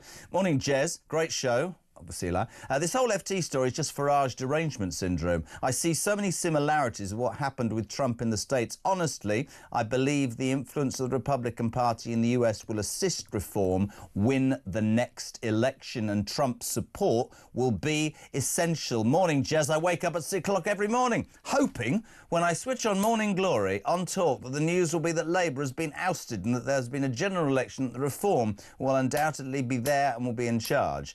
The Conservative Starmer and his incompetent bunch of lefties will have taken and left the country. I'm going back to bed. There you go. Let's go to Gwynedd, is it? Is that in Wales? Gwynedd? I don't know how to say it. What's wrong with that? That's the worst Welsh accent ever. Anne, good morning. How are you? Good morning. I'm fine. I do love your audience. I do as well, all 11 of them. Gwynedd, are you in Gwynedd, is it? No, it's Gwynedd. Gwynedd, is it? Yeah. Whose coat is that at in the middle of the dance? Well, it's just a joke, Anne, because, let's be honest, it's a pretty bloody depressing time being in Britain, isn't it? It is, and it's pouring with rain. I'm rather concerned, actually. I would vote Reform, but I'm thinking that whatever party gets in, they've got a terrible job. Yep. And they need a really good team behind them, not the power-hungry, backstabbing politicians that crucified Boris, because they did. And we need consistency, and good consistency, not bad consistency. I wouldn't disagree. I think that what's really interesting is you can read into this morning's He Says Fake News, Nigel. He's refuted the Financial Times story. And the man I know, that's what he thinks. I think that what you'll see is, and we have seen a sort of a steady flow of Tories. Yesterday, Jonathan Gullis, former Tory MP and talk presenter, defected to Reform. He's on at 8:30. I hear many people in the Reform Party will say to me, Anne, I don't just want to be a party that takes wannabes, washed-up people or whatever. I'm not disrespecting anybody, right?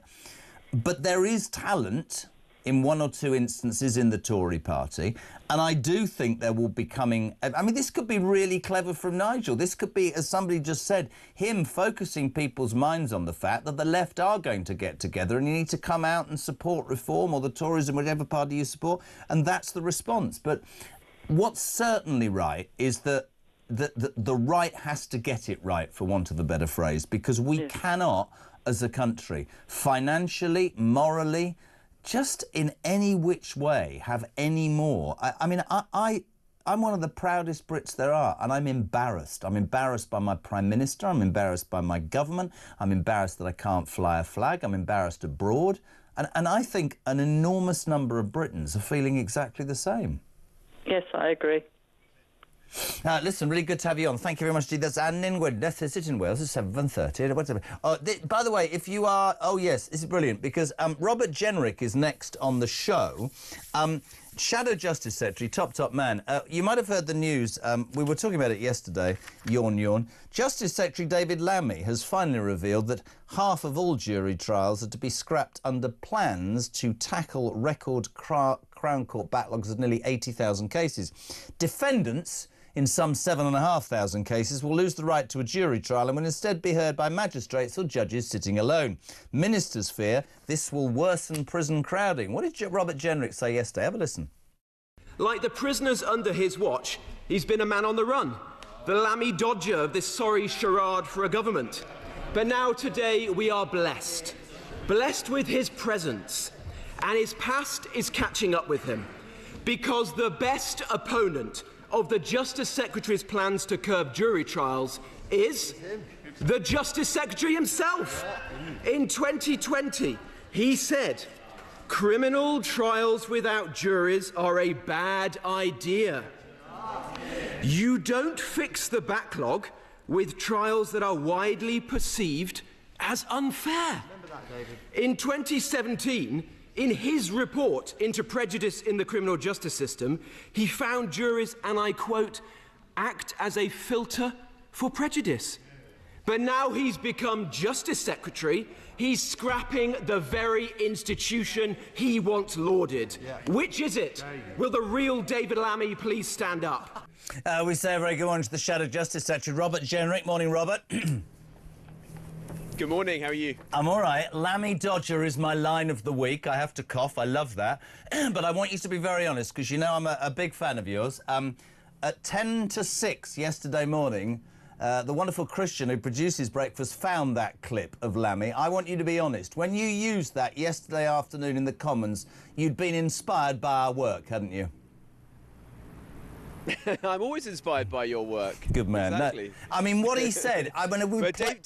David Lammy is a deep well of humour. Yeah. I mean, he's like the Homer Simpson of British politics. You could just see the cogs turning in his head as he reaches for another ridiculous thing to say. You know, I always say that aspiration is one of the things that I always believed is important. Whatever job you do, the belief that you can get on in life and make something for your family. I find myself quite literally at 60 years of age thinking, Jesus, if that man who I think is probably one of the most incompetent, can become Deputy Prime Minister of this country. I mean, I think it's frightening. And let's just talk about this jury thing, because we had David Manford on the other day, top KC, and he was saying the following, and I completely agree. 12 people on a jury, Robert, your peers, are a safety net against judges who presumably might veer in any given direction depending on how they see things. And I would say the trust the British public have in the judges at the moment is at an all-time low. So I just think it's wrong. Yeah, look, we laugh about Calamity Lammy, but this is actually very serious. What he's proposing here is ripping up a tradition, a right that we've enjoyed in this country for at least 800 years, since Magna Carta, and its roots lie deeper than that in English history. It is, as you say, 12 ordinary citizens coming together, pooling their collective wisdom and experience of the world to make commonsensical judgments about their peers. And it's a safety valve against the state occasionally being overbearing. Look at recent cases. You can only speculate whether Lucy Connolly would have been found guilty and sent to prison for 31 months if she had gone before a jury, or if they might have said, reprehensible though her tweet was, that she was somebody of prior good character who meant no ill from her actions, and actually found her not guilty. It's a very important safety valve. We have to preserve it and not cast it aside because of administrative failure by the Ministry of Justice, their failure to get the court sitting round the clock and bear down on this backlog of cases. That is what we should be focusing on right now, not destroying, shredding rights and freedoms, liberties that we've enjoyed for such a long period of time. Couldn't agree more. I hate talking about COVID because I can never win either way, but during COVID those Nightingale hospitals popped up. Are we as a nation not able to create Nightingale courts or just generally deal with this in a far more efficient way? It's like the migrant situation. They say, well, we haven't got enough border force, but we'll bloody well train some more. Can't we as a nation get this sorted without, as you quite rightly say, attacking the very fabric of what one of the things that I think our democracy works as a result of? Yeah, well, juries command high public trust and support. It's a civic duty to be part of them. It's one of the few times where we normal members of the public who are not lawyers or judges get to see inside the criminal justice system and then talk to our friends and family about it. It's just a really good thing that it's been a gift, in fact, that we've given to the rest of the world. We shouldn't be ripping it up because officials within the Ministry of Justice have done a bad job since the pandemic of fixing this problem. That is what we should be focusing on right now. And in fact, the lady who runs the system, the Lady Chief Justice, came to Parliament behind me last week and said that she had offered repeatedly the government more days in our courts at which judges would be there hearing cases, but for cost reasons, the government had said no. So it seems that David Lammy can't go and have a fight with Rachel Reeves for a bit of extra cash for the criminal justice system, and Rachel Reeves would rather spend 16 billion quid on benefits and 5 billion pounds housing and feeding illegal migrants who've broken into the country on small boats than on getting our criminal justice system working properly. And frankly, that's a disgrace. Absolutely agree. And you look at it and you just, you look at, we say it all the time, you just wonder who is running this government, and the ideas don't seem to make common sense to voters. And it brings me on, and you knew, oh God, there they go, the placard brigade behind you. Get a job. Honestly, have we got the clowns back? Yeah. Oh, hello, how are you? Good on you, Robert. All right. Just go and get a job, mate. Robert, just very quickly, most people talking about... I thought David Lammy was bad, but these blokes are even more ridiculous. Just tell and say, Jezza says go and get a job. Here, front of the Financial Times this morning, causing great consternation. I'm trying to remember where the camera is. There you go.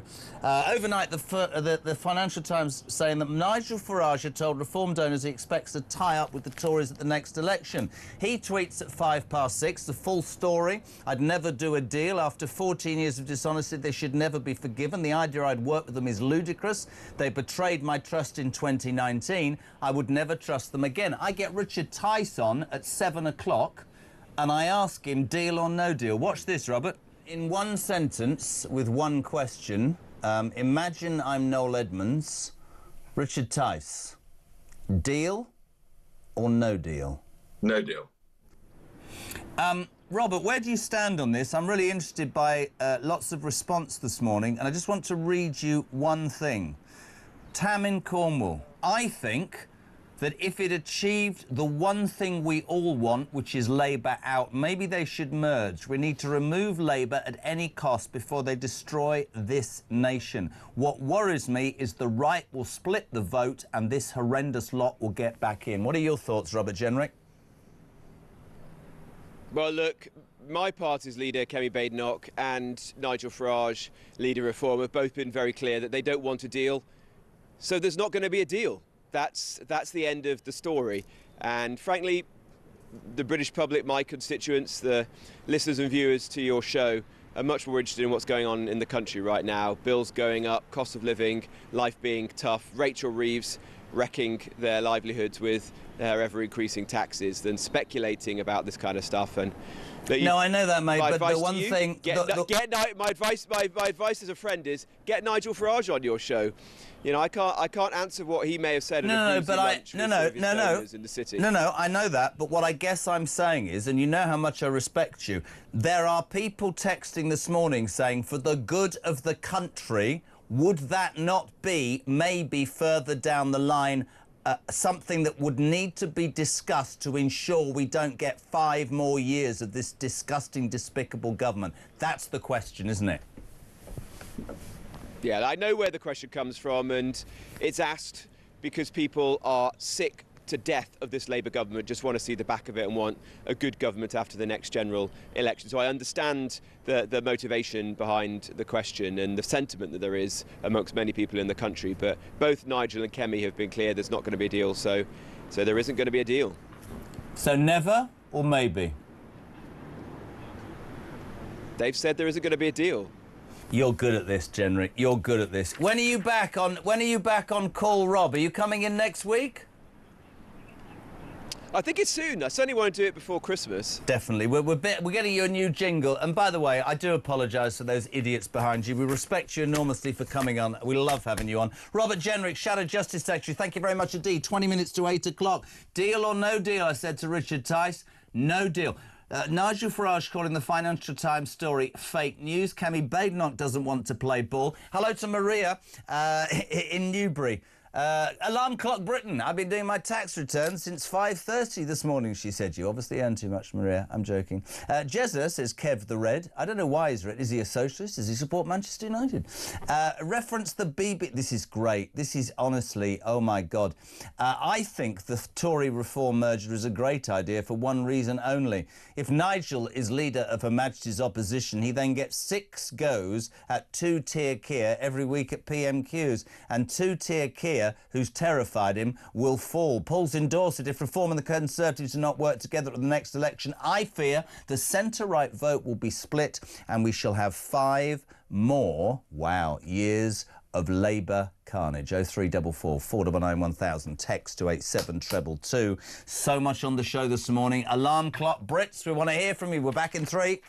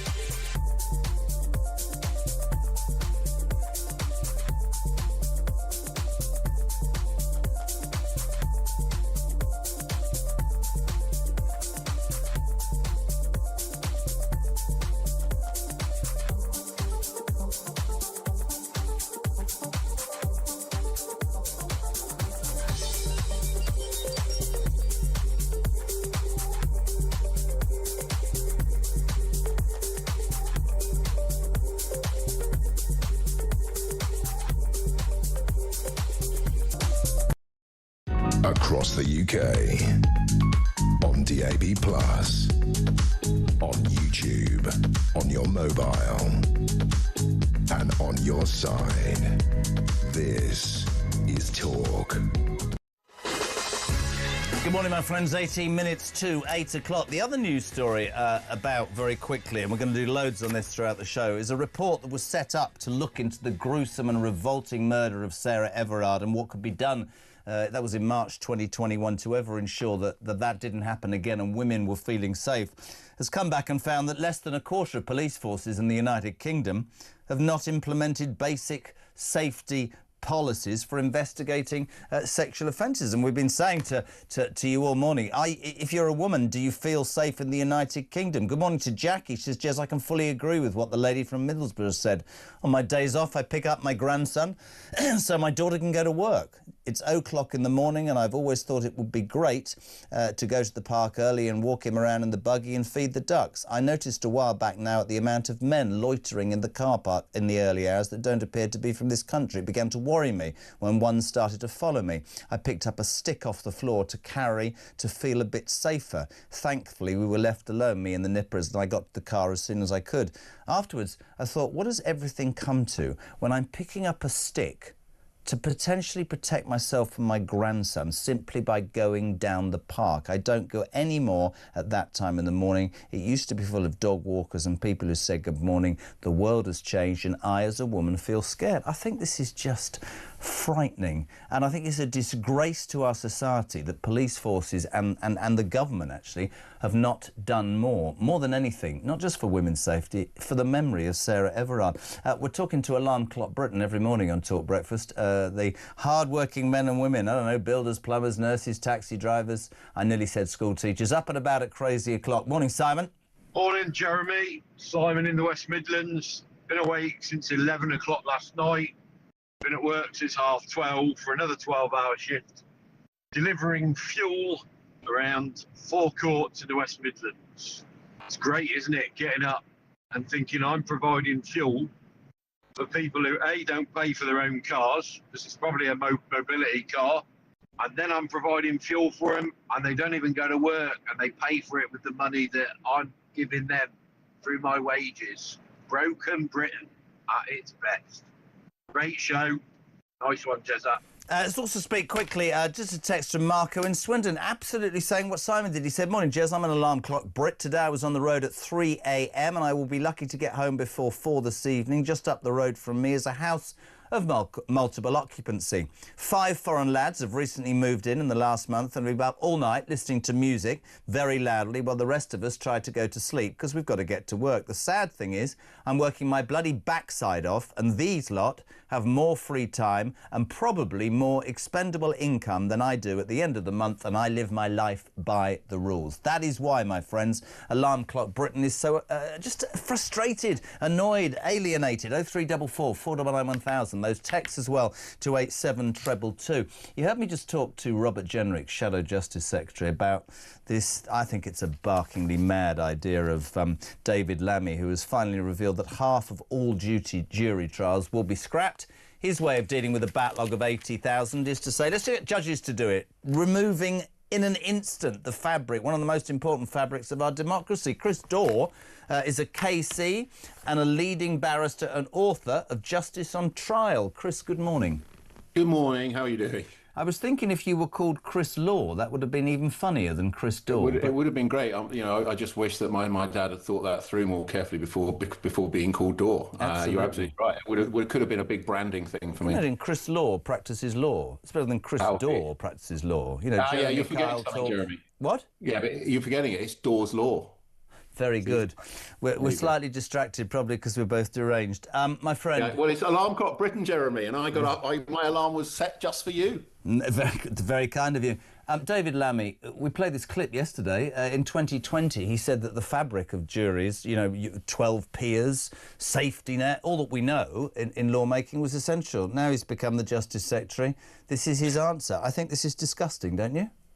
Well, obviously, and it's really quite interesting, isn't it? Because the government... were you going to play the clip? I'm so sorry. No, I'm not going to play the clip. I wouldn't give him any more airtime. He does me head in. Okay, well, it's actually quite amusing because he says very clearly back in the clip, from 5 years or so ago, that jury trial is central to our culture. It's the bastion against state oppression and ensuring that ordinary citizens can make decisions about the most important things in other citizens' lives. And now apparently you just get rid of it overnight. I have to say, there is one thing really important, isn't there, Jeremy, which is that both Lammy and Starmer have united this country, have they not, over this issue? They've united all of us. It doesn't matter which party we vote for or belong to. I'm sort of walking the streets, speaking to colleagues, speaking to members of my family. I've not found a single person that thinks scrapping jury trials is a good idea. It's almost along the lines, let's think of some other things. Banning puppies, there would be another one. Let's get rid of all puppies in this country.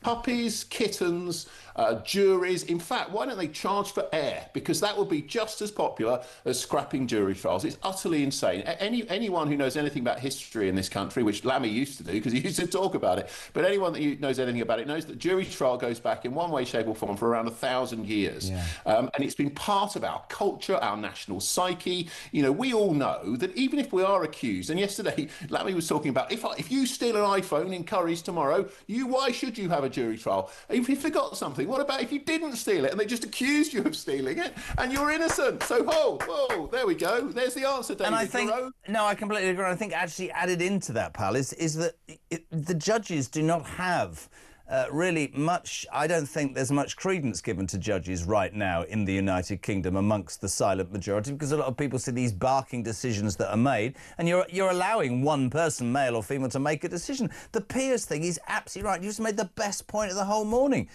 A jury might find you not guilty when you are not guilty, and a judge might go, I just don't want to get through these cases. I think it's outrageous. Right. I made the point just then to Robert. I wonder what you think of this. We were creating, Nightingale hospitals. Why can't we create Nightingale courts and get this done, man? We're supposed to be a leading country. You're absolutely right, and truth be told, let's just think about it. Ordinary people, I think, realise that when push comes to shove, and if you're the one, or your son or your daughter gets accused of something, whether they've done it or not, frankly, but if they're accused of something, the one thing that you want for them is a fair trial between 12 ordinary people. And I've done hundreds of jury trials. I look at the composition of juries up and down the country, and you compare it to the composition of judges. So if you go into a Crown courtroom, as I've done in London or Manchester or Birmingham or wherever, what you see is the whole of Britain represented on the jury. You see old, young, you see black, white, you see, wealthy and not so wealthy. Absolutely, you see everybody. Right.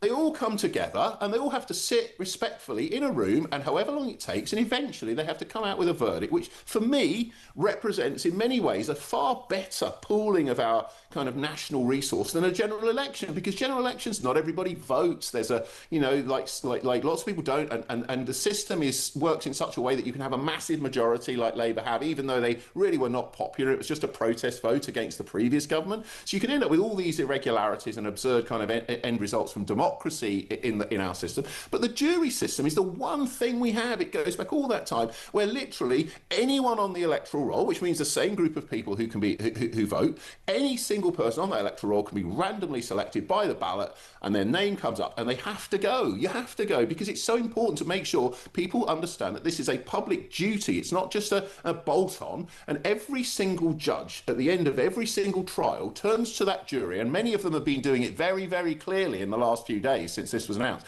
and says to the jury, we could not operate our system of justice without ordinary people leaving their walk of life for a week or two. I couldn't agree more. Dawes Law is going to become a regular feature. We love having you on. Don't change your name to Law, because Law's Law doesn't work. Chris Daw, thank you very much indeed. KC, talking about how mad David Lammy is. We're heading to a break. 87222. Whatever you make of the news, voice notes as well. Morning, Pedro. Good morning, Jezza. Pedro speaking, one of the alarm clock Brits.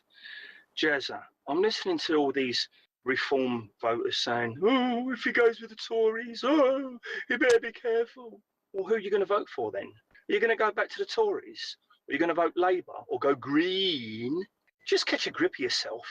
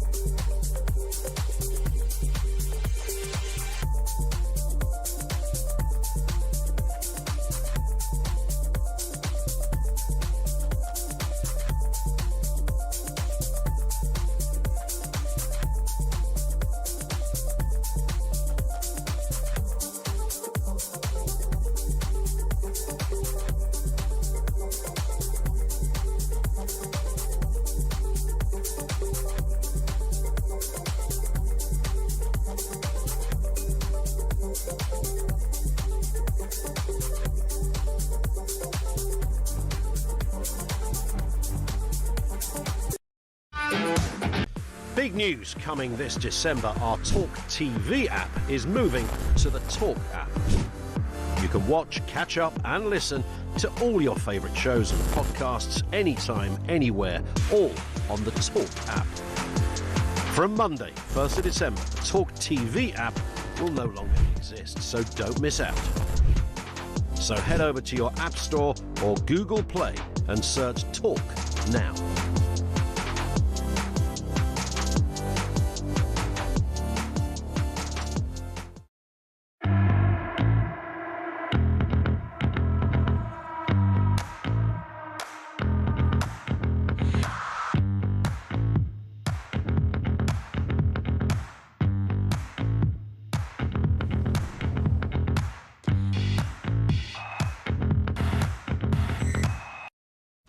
Across the UK, on DAB+, on YouTube, on your mobile, and on your side. This is Talk. Welcome back, 5 to 8. Very quickly, this is brilliant. Let's go to Miles, who's a truck driver. Morning, Miles. Morning, Jezza. Miles from somewhere in the Midlands. By day, I'm a truck driver. I start my day at 7 o'clock in the morning, and in the evening, I'm in a suit and I'm a counsellor. So I'm paying double to these idiots sat in these hotels doing sweet FA. I love it. A truck driver called Miles. Very quickly. Keep those voice notes coming. Alarm clock Brits, we love it. This terrible story in the Times over the last few days about the Hillsborough disaster and horrors. It said that Hillsborough police officers would face charges over those tragic 96 deaths if they were still serving. Tony Evans is a Hillsborough survivor, a journalist, an author and a Liverpool fan. Tony, welcome to Morning Glory. How are you? Morning, Jeremy. How are you? I'm good, my friend. Not an awful lot of time, but desperate to do this story this morning because the Hillsborough victims, it's a story that is embedded in, I think, the consciousness, quite rightly, of this country. What is you, as a survivor's response to the news that Hillsborough police officers would face charges if still serving, Tone? Completely underwhelmed, because we've known this for a long time, and the number of officers, the name 12 of them, is not even scratching the surface of the of what happened, and the way this report, which has taken nearly 13 years to put together, couldn't find evidence of a joined-up conspiracy, which is really, really bizarre. This is across two forces, not just South Yorkshire Police on the day, but West Midlands Police, who investigated the original investigation, and in their investigation, they never spoke to a single South Yorkshire policeman. They only spoke to fans, and if they had, they might have found out that the rank-and-file police, hundreds of them, had their statements changed. Could have been over really quickly. The whole thing's a mess, and it means the only good thing about it really underlines to the public why we need a duty of candour for public servants. And it's not about Liverpool fans, it's not about football, it's about everyone. It's people who have been on the wrong side of decisions in the NHS. It's the Grenfell survivors. It's people like the veterans who suffered from the atomic tests in the late 50s and 60s, the tainted blood people. It's absolutely appalling. I couldn't agree more, and you put it so well. I mean, this story, of course, quite rightly got huge coverage, but you talk about the post office scandal, the infected blood scandal. You talk about, there's so many things that, and without becoming conspiratorial, and you think, how much? What about the child grooming gangs? How much is covered up in this country? How much does the establishment, clap itself on the back and make sure there isn't? I do think, I mean, of course, you say it's not just about football and the 97 and Liverpool. In this instance, it most definitely is, because it should have focused the need for justice straight away. And as it says on the front of the Mirror, there's no justice. We've only got a minute and a half. How do you ever deal with this stuff?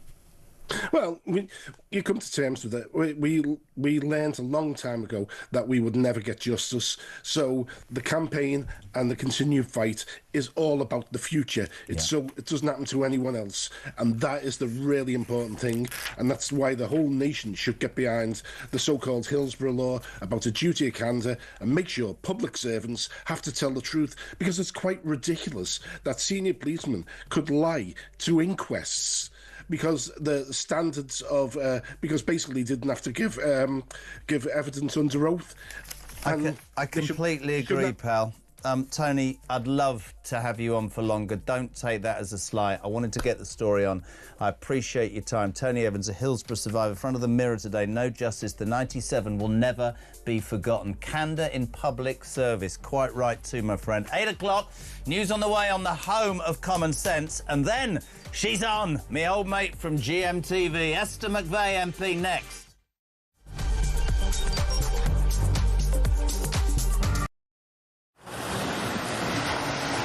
Libya has become a major transit route for refugees and migrants from sub-Saharan Africa, and many of them come through Libya dreaming of getting to the UK, particularly from Sudan, where there has been a civil war waging for the last 2 years. And those asylum seekers or economic migrants who make it from Sudan to the UK have a 99% chance of being given leave to remain. So I spent several hours talking to immigration chiefs here in Benghazi on the east side of Libya. The Libyan National Army has a very good grip on the immigration problem, albeit fighting against a huge crisis with limited resources. There is a very, very clear process of giving people proper health checks, the life-saving care that they need, and then working out where it is exactly that they've come from. Their message to the UK is that you are fueling this problem. You are effectively advertising a great new life for people from sub-Saharan Africa. They actually said, you know, what do you think happens when a guy from Sudan comes up through Libya and makes his way all the way to the UK and gets put in a luxurious hotel and provided with everything? And make no mistake, it is a perilous journey. We see it from the end point. We see the channel crossing as the dangerous bit, but actually where these journeys begin is in the hot desert. Many, many tens of kilometres have to be covered on foot by these migrants, and as many as 1 in 4 do not make it. That means bodies in the desert. The Libyan authorities are having to recover bodies in the desert. About the UK and how much awareness. Please understand the scale of what we are dealing with here with very, very limited resources. Once again, you know, people come in from charities, from NGOs, they use warm words, and the authorities here told me the only thing that we ever get is maybe a few toothbrushes and some nappies for the babies.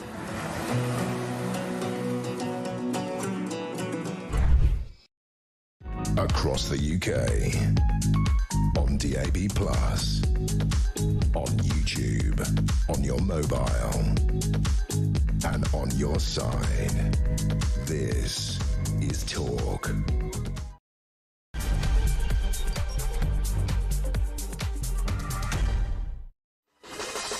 Very good morning. Welcome to Wednesday, the 3rd of December. The lights are coming up across the United Kingdom. The alarm clock Brits have been in full voice since 6 o'clock. You're waking up to some, well, quite astonishing news. We started off with the FT.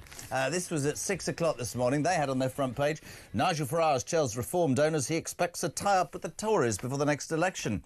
By 5 past, the great man himself had tweeted, this is a full story in the FT.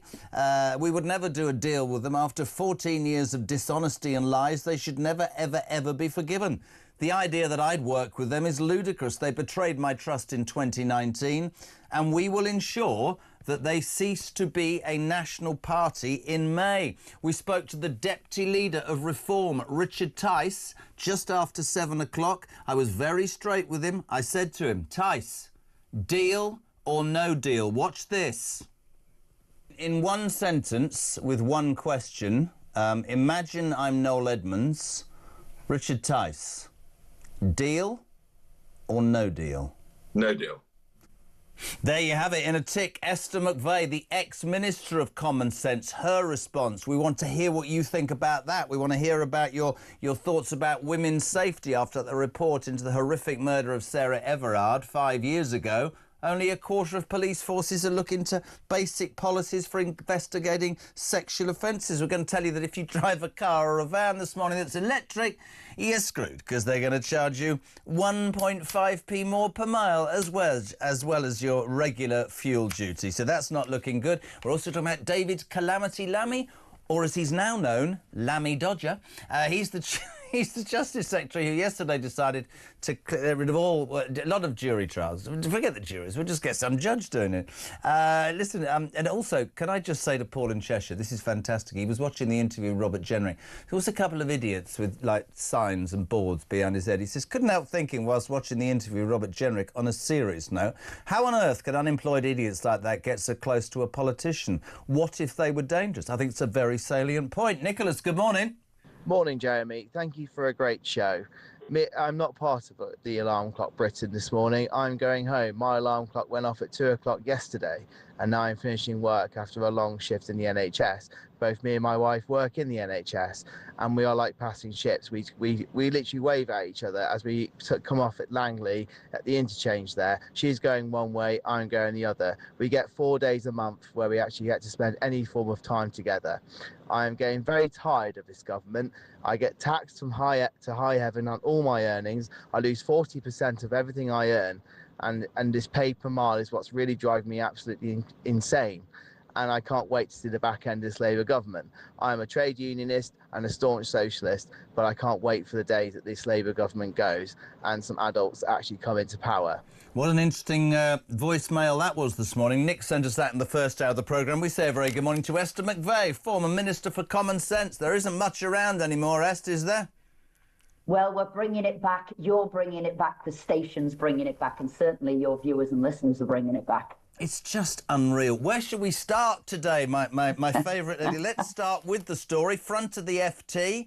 FT saying there's going to be a deal. Nigel's let it slip to donors. He tweets and says, no, this is absolutely rubbish. I wouldn't trust that lot if they were the last party on earth. They're dishonest and they'll cease to be a party in May.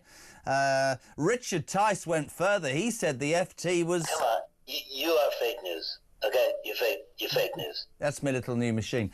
Where are you on all of this, Esther? The voice of common sense? Well, you see, I'd say we are two separate parties. Absolutely we are. But to me, what we've got to get rid of is this terrible socialist government. Now, I'm a pragmatist, and if that means that the parties on the right have to have some sort of, electoral pact, that does not mean you're merging, it does not mean you're becoming one party, but if it means you've got to do some sort of deal, because I'm putting country before party, then that's what I'd do. Now, I understand it's a little way off. I get that.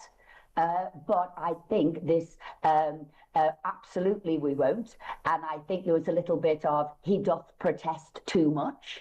And I think I'd take some of that with a pinch of salt, because you've got to look at what Reform are doing at the moment. They're taking a lot of Conservative MPs into their party. So all of this, what Richard Tice and Nigel Farage said, unless they think like us, we won't take them, and they've got to agree with us completely. Well, that's rubbish. Look at Jake Berry, who they accepted in their party, who was a Remainer, believes in net zero, and was a Boris devotee. So I think I'd take what they say with a pinch of salt. But for me, first and foremost, it is get rid of this really hardcore socialist government. And you see already they're looking to form on the left a rainbow alliance of Labour, Lib Dems and Green. And what you might find is we have another loveless socialist government. And I say we've got to do all we can to stop that. And I think it's really interesting when you talk about country before party, because, of course, here, you know, Keir Starmer, or Herr Keir Starmer as they call him, came to power talking about, you know, working people and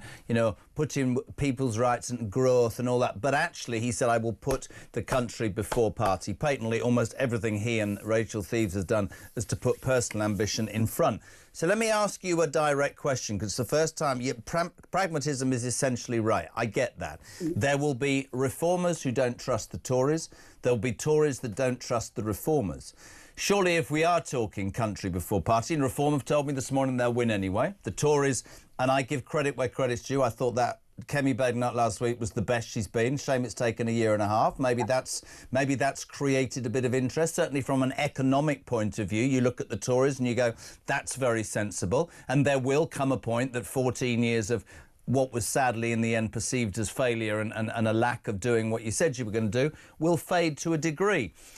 If you were faced with joining a joint party run by Nigel Farage, because there ain't going to be a way where he's not the boss, that's for damn sure, you can see that. You would do that for your country, Esther McVey? I would do what it takes to get rid of a socialist government. Now, I will say, so I'm saying if that's a pact, like I said, but we are two separate parties and it's got to remain that way. But I'm looking at the polling and how it's going at the moment. And I heard Richard Tice earlier on your show talking about that by-election last night, Long Eaton in Derbyshire. It was a Reform seat. It was theirs to hold, and I looked at what happened. Reform went down 7.7%. The Conservatives went up 4.2%, and Reform won, but down, and they only won by 23 votes. So I'm seeing the polls shifting at the moment. Why? Why, in your opinion? Why?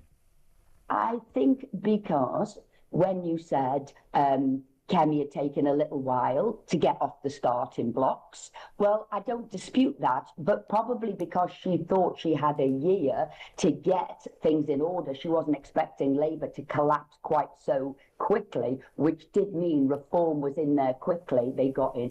And on top of that, people weren't trusting the Tory party, and it takes a lot to win back trust, and we still haven't won that back, and there's lots we've got to do.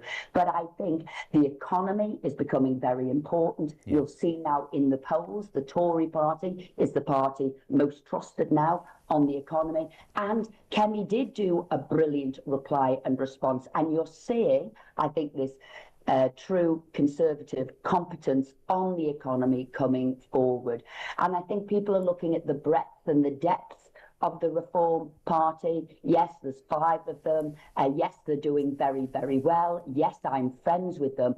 But they couldn't even, make up a complete front bench. So I think what people are looking at, yes, how do we get the best of both worlds? Yeah. How do we have the brilliance and that depth and that infrastructure of the Tory party and bring in, the best talents? But like I said, we'll never merge as party. We're different. And if you look at, so we believe in different things. Remember that the Reform Party wanted to remove the 2-child cap on benefits. That they said that's what they wanted to do. We'll never do that. We are the party to make sure that it isn't benefit Britain, that it is working Britain. So I think that was something that made a lot of Tories who'd moved to Reform wobble. Where do they stand on that? But I think also one of the things I should say, one of the things that I think it comes back all the time with the viewers and listeners here is the ECHR. Now, Kemi has eventually said that you will leave that, but Reform have been saying that from day one, that the refugee conventions and all of that, to get this country back where it needs to be, we need to move away from that sort of bureaucracy. So there will be, I think you're dead right, Esther, and I think there will be things on both sides. I don't think there'll be a merger. You might see some sort of agreement in certain constituencies, but I do think there's a very real fear. If you're talking about a Prime Minister who, 16 months in is about as unpopular as the least popular person from unpopular land that's ever stood, he is going to struggle massively, as are the Labour Party. And with the greatest respect, I have to be really careful. I look at that ridiculous court gesture of a Liberal Democrat leader. I can't even have a conversation with the man who dresses up and somehow won 72 seats. And as for the breast enlarger, Polanski just sends me over the edge. But you can see what Labour will do. Lower the voting age, appeal to certain sectarian situations in this country, do everything they can, the benefits increase the benefits, the unemployed will vote for them.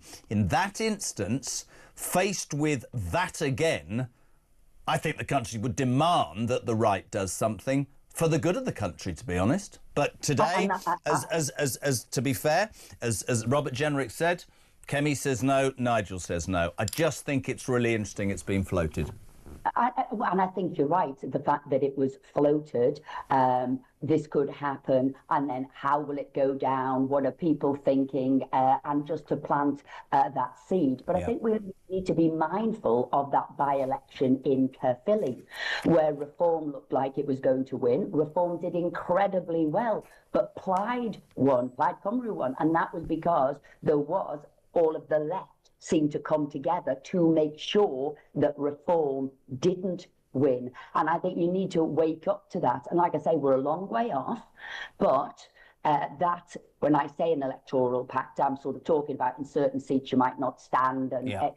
You know, which, by the way, Labour and the Lib Dems do a lot. It's not unheard of, and the voters might do it as well. But another thing Richard Tice said about the Human Rights Act, we've already said, the Conservatives already said belatedly, I agree with you there, that we'll come out of the ECHR, we'll, you know, come out of the Human Rights Act. So he wasn't quite right there. But like I said, it's a long way to go, and I think maybe important that it was floated. Completely agree. Listen to this. This is a typical view. Vivian, good morning. Vivian. Morning, Jezza. It's Vivian from Oxfordshire speaking. Just been listening to your programme this morning. Great, as always. This thing about we're getting the Tories over to Reform. Are they forgetting something? Weren't we all Tories at one point before Reform came along? But, you know, but who do they think we are? I mean, if we're not all basically Tories before Reform came along. Anyway, just thought I'd put my 2 pence in there. Have a good day. Bye. It's quite an interesting point, isn't it, Esther? I remember, I mean, I pointed it out before during the last election. I changed my vote because I saw a Reform candidate talk, and I say it all the time, about, you know, low taxation, strong borders, you know, police on the streets, for God's sake, you know, arresting people, intel, crime and all that. And I won't name the person because it's the onset of old age, I've forgotten, but genuinely a sitting Tory MP said that's what's wrong with the far right. And I remember looking at the camera going, mate, that's not far right, that's what we all were brought up to believe in, for God's sake. That's the issue to me, Esther. Well, I've said it and I'll say it again, the Conservatives towards the end of their tenure there weren't conservative enough. And therefore, what happened, you allowed a party in that talked conservative values and principles. That's what happened. And therefore, you know, the Conservatives, which I do believe under Kenny, had Robert Jenrick on earlier, are going back to their conservative roots. I think that's why you'll see in the latest polls, actually, that Reform are faltering. They've come down and the Conservatives are going up, and that's what needs to happen. Conservatives need to be more conservative. But like I say, that's a journey because we lost the trust of the people and we weren't towards the end of our tenure. So much in the news today. You can cast your common sense brain over it in your usual inimitable style.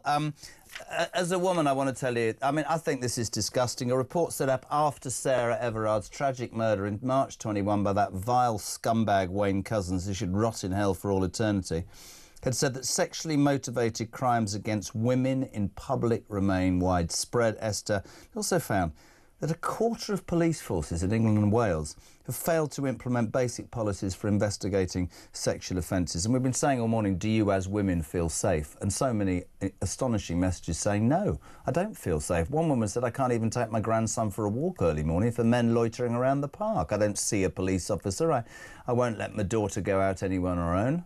Are you feeling safe as a woman in London? I'm with those women. I think the streets have become less and less safe. And I'm a city dweller. I'm from Liverpool. I've lived the rest of my life in London. So I've always been in sort of busy cities. But now I never wear my jewellery. Now I'm always very careful where I walk, what time I walk, are the people there. And so obviously things are feeling less safe. And that's why when I looked at this Labour government again, who talk about, oh, we care about women's safety and we want to make sure we're the most sort of safe or pro-women party ever. And then I looked that there's going to be a tax on taxis. So at the end of the night, when you want to come home, and I've always got a black cab, I've always come home. So that's being less safe. When I see it, the extra charges that are going on now, travelling per mile, how do I feel safe? Late at night, I will be driving. I'm not going on public transport. So they're doing all of the wrong things as far as I can see. And when I look at the sentencing bill, look at who they are letting out on the streets, look who they're not putting into prison. So nobody with a 12-month sentence or maybe an 18-month sentence, some of that is sexual crimes.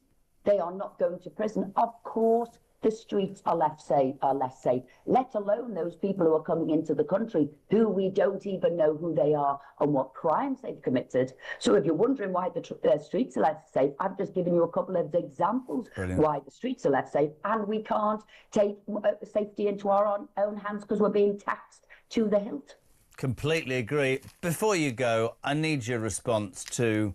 I mean, there are ludicrous politicians. There's Ed Miliband. There have been a series of bizarre mistakes by many politicians, but Lammy Dodger really does take the biscuit, doesn't he? Excuse the pun. Yesterday, David Lammy finally revealed that half of all jury trials would be scrapped under plans to tackle record Crown Court backlogs. I think it's 78, nearly 80,000 cases. Defendants in some 7,500 cases will lose the right to a jury trial and will instead be heard by magistrates or judges sitting alone. We've talked to KCs, I've spoken to Robert. You know, the fabric of your peers, 12 people from across the demographic sheet, if you like, of the United Kingdom, the safety net, you know, judges having a bad day, being politically motivated. How in the name of God, you were the Minister for Common Sense, has this man made it to be the Deputy Prime Minister of the United Kingdom? And surely, just as a second part of a question, why can't we create Nightingale courts and get this backlog done? What is wrong with this country, Esther? That's what we need to do, because getting rid of the juries for all those cases is an absolute disgrace. You should not put the justice of an individual below getting numbers down. This is somebody's life we are talking about, not just numbers. Oh, I want to get the numbers down for the court. Like, this is somebody's life. Yeah. They don't want to know they were just a number. We are an individual, a person, therefore we need justice delivered to that individual. And for Lammy Dodger, which I thought was a fabulous name for him, to be doing this shows, I think, that he doesn't know what he's doing in government. To have done a complete 180 U-turn on his beliefs is an absolute disgrace. And I think he's just doing what some civil servants are saying to him. They're looking at it on spreadsheet Britain, what they think needs to be done, and tearing up what it means to be British, tearing up some of those key tenets of our culture, of our civilization, and of the whole justice system. So a major mistake. And I'll leave you on this. This is the man, when asked, name a blue cheese that goes with port, his answer was Red Leicester.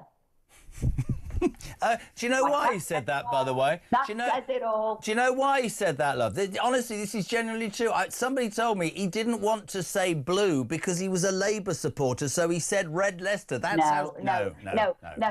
If you've swallowed that, that's some sort of excuse he's come up with later. No, I'm afraid that shows his sort of pragmatism, his thought capacity, his sort of logic, lack of logic, his brain power, his knowledge. It's not what it should be to hold that. Mark the button. Mark the button wants to know whether he deserves the lammy chop. He certainly does. He should never have been there. But it just shows how few people of any calibre are in that Labour Party that they have to have him on the front bench. I mean, that's also the problem with Rachel Reeves. They don't know who to change her for, because Rachel Reeves was the best that they had, and look what a disaster she is of a chancellor. So there's nobody there on that front bench. You've got Ed Miliband. I mean, let's look at them. There is nobody there of any calibre who knows how to run anything. So they all need to be given the lammy chop. Listen, great to have you on Dinner Soon. Bless you. And hi to Philip, 823. Esther McVeigh, former Minister for Common Sense. Spencer, good morning. Morning, Jeremy. Alarm clock, Brit here. Work for the gas service. Had to leave my house at about, I believe, 7. And I'm sick of it. I'm tired of paying taxes, so everyone else gets to live more comfortably. And I have to wake up and graft until sometimes 9 o'clock at night. And I think it's totally ridiculous. So, you know, let's do something about these policies which allow people to swindle the system.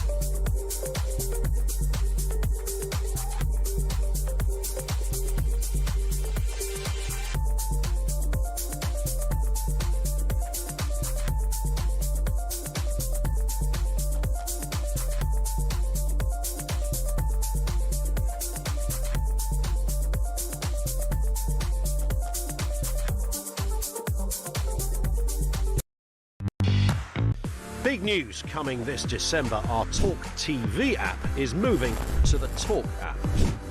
You can watch, catch up and listen to all your favourite shows and podcasts anytime, anywhere, all on the Talk app. From Monday, 1st of December, the talkTV app will no longer exist, so don't miss out. So head over to your App Store or Google Play and search Talk now.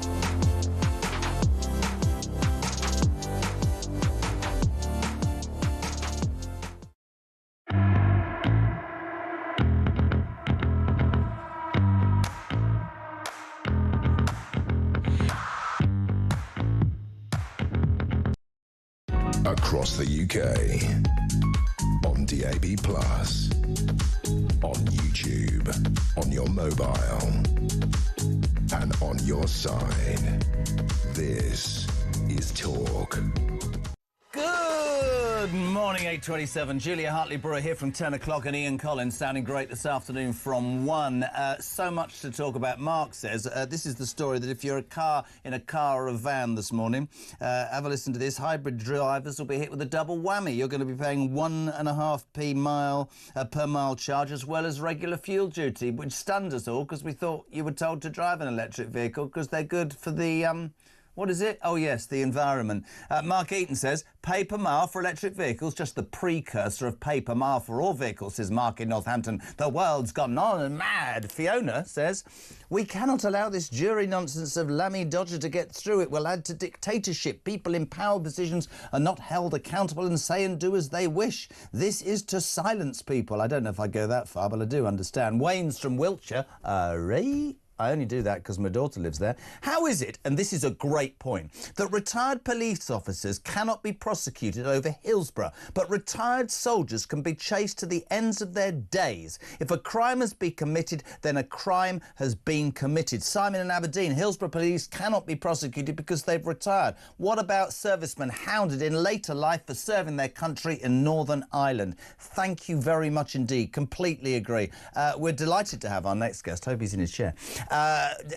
You won't be surprised. Occasionally we have to do stuff that even I find not that interesting. Economists have warned of low growth and higher bills. Businesses are experiencing the sharpest slowdown since COVID. Everybody in Alarm Clock Britain's going, yeah, no, what's it? Because look, the bills are up, energy's up, petrol's up. There's knives on the street. Nobody's got any savings. It's a complete nightmare. Let's warm ourselves up. Liam Halligan, good morning. Welcome to breakfast. I'm here. I'm in the chair, Jeremy. Good man. Look at what's that in the background? What's that light? What does that say? That's my sign. When the facts change. That's my Substack, Jeremy. It looks like there's a big new media revolution going on out there. Yeah, I'm sure there is. In your car. Media. I'm not sure about a revolution led by a man in a cardigan, but Liam Halligan, welcome to breakfast. Thanks for coming on. People out there won't be surprised. We've had the fiasco of this budget, and even people who perhaps like me don't understand the specifics as you would as an economist can see, as I said, their shopping bills going through the roof, their petrol prices rising, their energy prices rising, a sort of lack of confidence. We speak to business owners, small and medium business owners, Liam, who are just saying, what's the damn point? I can't afford it anymore. Well, economists, Jeremy, in cardigans and not, we are known as the dismal scientists. But the sort of sense of being downbeat at the moment is justified. It's contained in repeated business surveys, whether it's big corporate bosses in the City of London or people around the country running a small and medium-sized enterprise. Business sentiment is down in the dumps, and it has been down in the dumps for quite a while. And I think we all know that the way the government conducted itself in the run-up to this budget has made business sentiment even worse. All the briefing, counter-briefing, we're going to put up taxes, we're not going to put up taxes, we're going to tax your pension, we're not going to tax your pension. All this kite flying, all this, clever spin from 28-year-old special advisors in the dark, that really has undermined business confidence. And I'm afraid, Jeremy, it's also undermined the UK's reputation for sound fiscal management and for competence on global financial markets. Some Labour politicians, and I heard, green guru Zach Polanski talking about this the other day. They think, forget about the markets, sod the markets. Am I allowed to say that on talkTV? Can we just give some credit? No credit. Can we just say, this is a man who, apart from in another life, used to say he could hypnotise women to having bigger breasts. Also said the other day, for any idiot, like one of my daughters rang me and said, everybody wants to vote Green. Have a listen to this. What are you going to do about the world? He said, well, I'm going to ask everybody to lay down their weapons, and I'm going to travel to Moscow and speak to Vladimir Putin man to man, and he'll put down his weapons. What sort of bleeding planet is Polanski on, by the way? And Putin will quake, and the Kremlin will say, President, we have the boob whisperer in our midst. We must lay down our weapons, for it is he. Yeah. He is here. Okay, let's get back to the economics. God, man, honestly. So, look, we need a bit of cheer. We need a bit of light relief. We need a bit of humour. Yeah. At the moment, there's across the business community, and I'm in touch with countless businesses all the time. Many business people get in touch with me, telling me what's going on. There is a sense of despair. When is this relentless rise in taxation going to stop? When is the government going to actually get hold of spending and impose some spending controls? When are we going to stop borrowing 10, 15, 20 billion pounds a month, which of course is jacking up our debt service bill? The government's paying more on debt service than it does on schools every year, twice what it spends on defence. And what's clear from the budget and its fallout I'm afraid, is that Labour doesn't have any intention to control spending at all, because Downing Street, number 10 and number 11 are absolutely petrified of their, I'm afraid, often economically illiterate Labour backbenchers, the massed ranks of people who I think a lot of Labour backbenchers, Jeremy, now think, oh, we're probably going to lose this election. We're a really unpopular government. We've got 3 or 4 more years before the end of this parliament. Let's just forget about the markets and spend. It's interesting, actually, because I kept student politics. I completely agree. I kept believing that Labour MPs would eventually look at their inbox and go, I'm going to lose my seat. There are many more people, Liam, like you now saying that they realise that it's non-recoverable if they gave every... What I find extraordinary is it's almost in the country with the Labour Party after 16 months as it was with the Tories after 14 years. It didn't matter what Rishi Sunak said. He was right, actually, about tax. Give him some credit a little bit. He was absolutely right, but the people weren't listening in the end. And this has happened remarkably quickly. And you talk about despair. Just for people listening, any green shoots at all or not really? Business or normal working people? Not really. Well, look, this is the UK. One of the best things we have about us is our enterprise, is our entrepreneurial vim, is the fact that Britain is populated with all kinds of people who get up in the morning, put their alarm clocks on. We just heard from one, talkTV, talk radio champions these kind of people, and more power to your elbow. We have got a good, hardworking, striving, ambitious workforce. The government just has to get its foot off the workforce's throat. It has to stop taxing us so much. Labour have to understand that we do have to live broadly within our means. Financial markets are increasingly concerned about lending the UK government money. That's why we've got the highest, what we call gilt yield in the G7. That is all that is a fancy name for the amount of interest the government has to pay when it borrows long-term money. And we're borrowing, as I said, 10, 15, 20 billion quid a month, Jeremy. To service How much is that? How much is that? 20 billion quid. That is the annual annual budget for the NHS we're paying out almost in interest on our debt. That's how appalling. And here's the thing, listen, you're an economist, I'm just a bloke off the street. But my old girl, even at 88 before she died, I always tell this story, had a little ledger, and at the end of the month it was debits, it was credits, and a line at the bottom. And the fact is, you don't live within your means. If you don't spend only what you earn, if you don't save for a rainy day, all those sorts of things, this is where we are at. But you're probably dead right, they probably don't care. But this country, in the end, if you look back at every Labour government in history, and I'm not complimenting the Tories, if you look back at every Labour party after they finished in government, we are skint. Absolutely, because what they do is they make it so broad-church to get in. All their union mates make a demand or go on strike. That's happening already across the country, teachers, doctors, whatever, and it won't get any better. And I personally can't wait for 3.5 years to go to... I want it to go quickly. It's not going to. And it isn't going to get better at the moment. So there's you and me making people feel good on a Wednesday then, kiddo. Well, look, I'd slightly push back on that. It's true. Under Harold Wilson, there was a sterling crisis back in the 60s under the Labour government. Under James Callaghan in the 70s, you and I will remember, Jeremy, 1976. We both look quite good for our age, I must say. I think I'm better than you, but that's because I can't move my face, if I'm honest. Let's have a poll on Twitter, shall we? No, let's not, no. In 1976, of course, Britain went cap in hand to the International Monetary Fund. We had to be bailed out like a kind of tin pot democracy. Blair was different. You have to give him credit for that. Under Blair, until Brown got his hands all over the economy and Blair's influence... Blair was aspirational at that point, I'll give you that. It was aspirational. And Blair understood that Labour governments have this reputation for trashing the economy, so he really clamped down on Brown's spending instincts. He had really good advisors around him, really good economists, and he was absolutely determined to make sure that Labour didn't spend beyond its means. And to be fair to him, for the first part of New Labour, from like 97 to about 2005-6, Gordon Brown was the same. But Gordon Brown is basically a socialist, yeah? And if socialists understood economics, they wouldn't be socialists. And I'm afraid Rachel Reeves is very much, mini-me Gordon Brown. Somebody said to me once, and I have to shoot and say, you'll agree with this, that socialists are really good at spending everybody else's money, and They that's are. absolutely They true. Liam, the chair, the lights, the cardigan, we love having you on. I'm raising my game, Jeremy. I'm raising my game. You like the cardigan?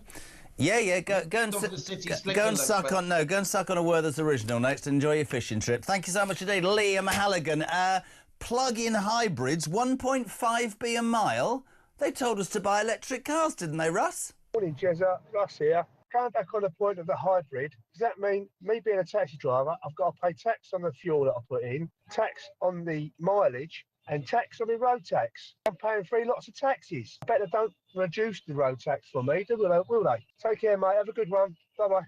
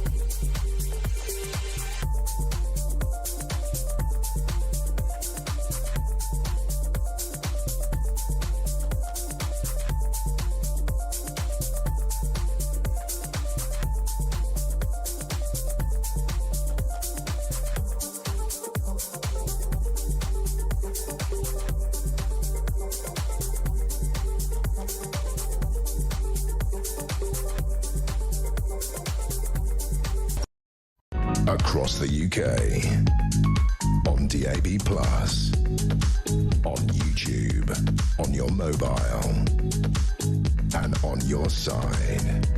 This is Talk.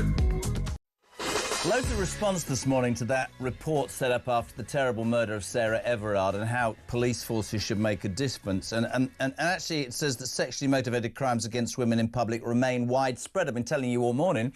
Only 25% of police forces have done anything about, you know, putting into place policies for investigating sexual offences. We've been asking, do you as a woman feel safe on the streets? Amy, good morning.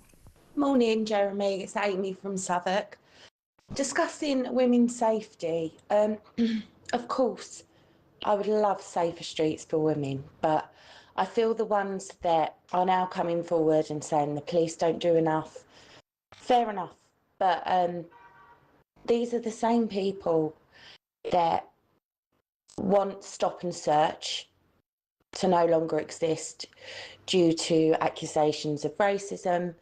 They're also the same people who support men masquerading as women in our toilets, our changing rooms, and they're in denial about the very people who commit sexual assaults and rapes, especially in 2025. I live in London. I know what it's like, and I'm pretty sure they do too. They won't admit that there is a problem with a lot of these immigrant men, whether it's girls or women. There is a huge issue. And again, they're the same people that won't even get into a discussion about grooming gangs. So I find it very, very hypocritical of them to choose to talk about women's safety when they're in denial about how bad it actually is and who the main perpetrators actually are. Great show, Jeremy. Bye. Thanks, Amy. Gurdeep says, morning, Jez. I fear for my daughters. They're 33 and 17. Big time. So much so that I have the youngest on tracker. I'm still persuading my eldest to have one. I live in an area that's got many illegal migrants. I'm terrified that my daughters are going to be targeted. Morning to Jane Knock. She says, I'm 74. I think it's lovely when men are chivalrous. I love the show. Bless her. Kevin Stafford. As a bloke who's 73 tomorrow, I don't feel safe on the streets, never mind being a woman. Right, big news yesterday, big news today about reform. Front of the Financial Times. They were saying Nigel's going to look for a deal with the Tories. He tweeted at 6:05. Full story, dishonesty, lies, they're done. One person who believes they're done was a man who yesterday, or even on Monday, because he wasn't allowed to speak before now, said, I am now joining the Reform Party. Former deputy chair of the party, part-time talk presenter, Jonathan Gullis, sitting very close to the camera. You look like you're in prison. How are you, sir?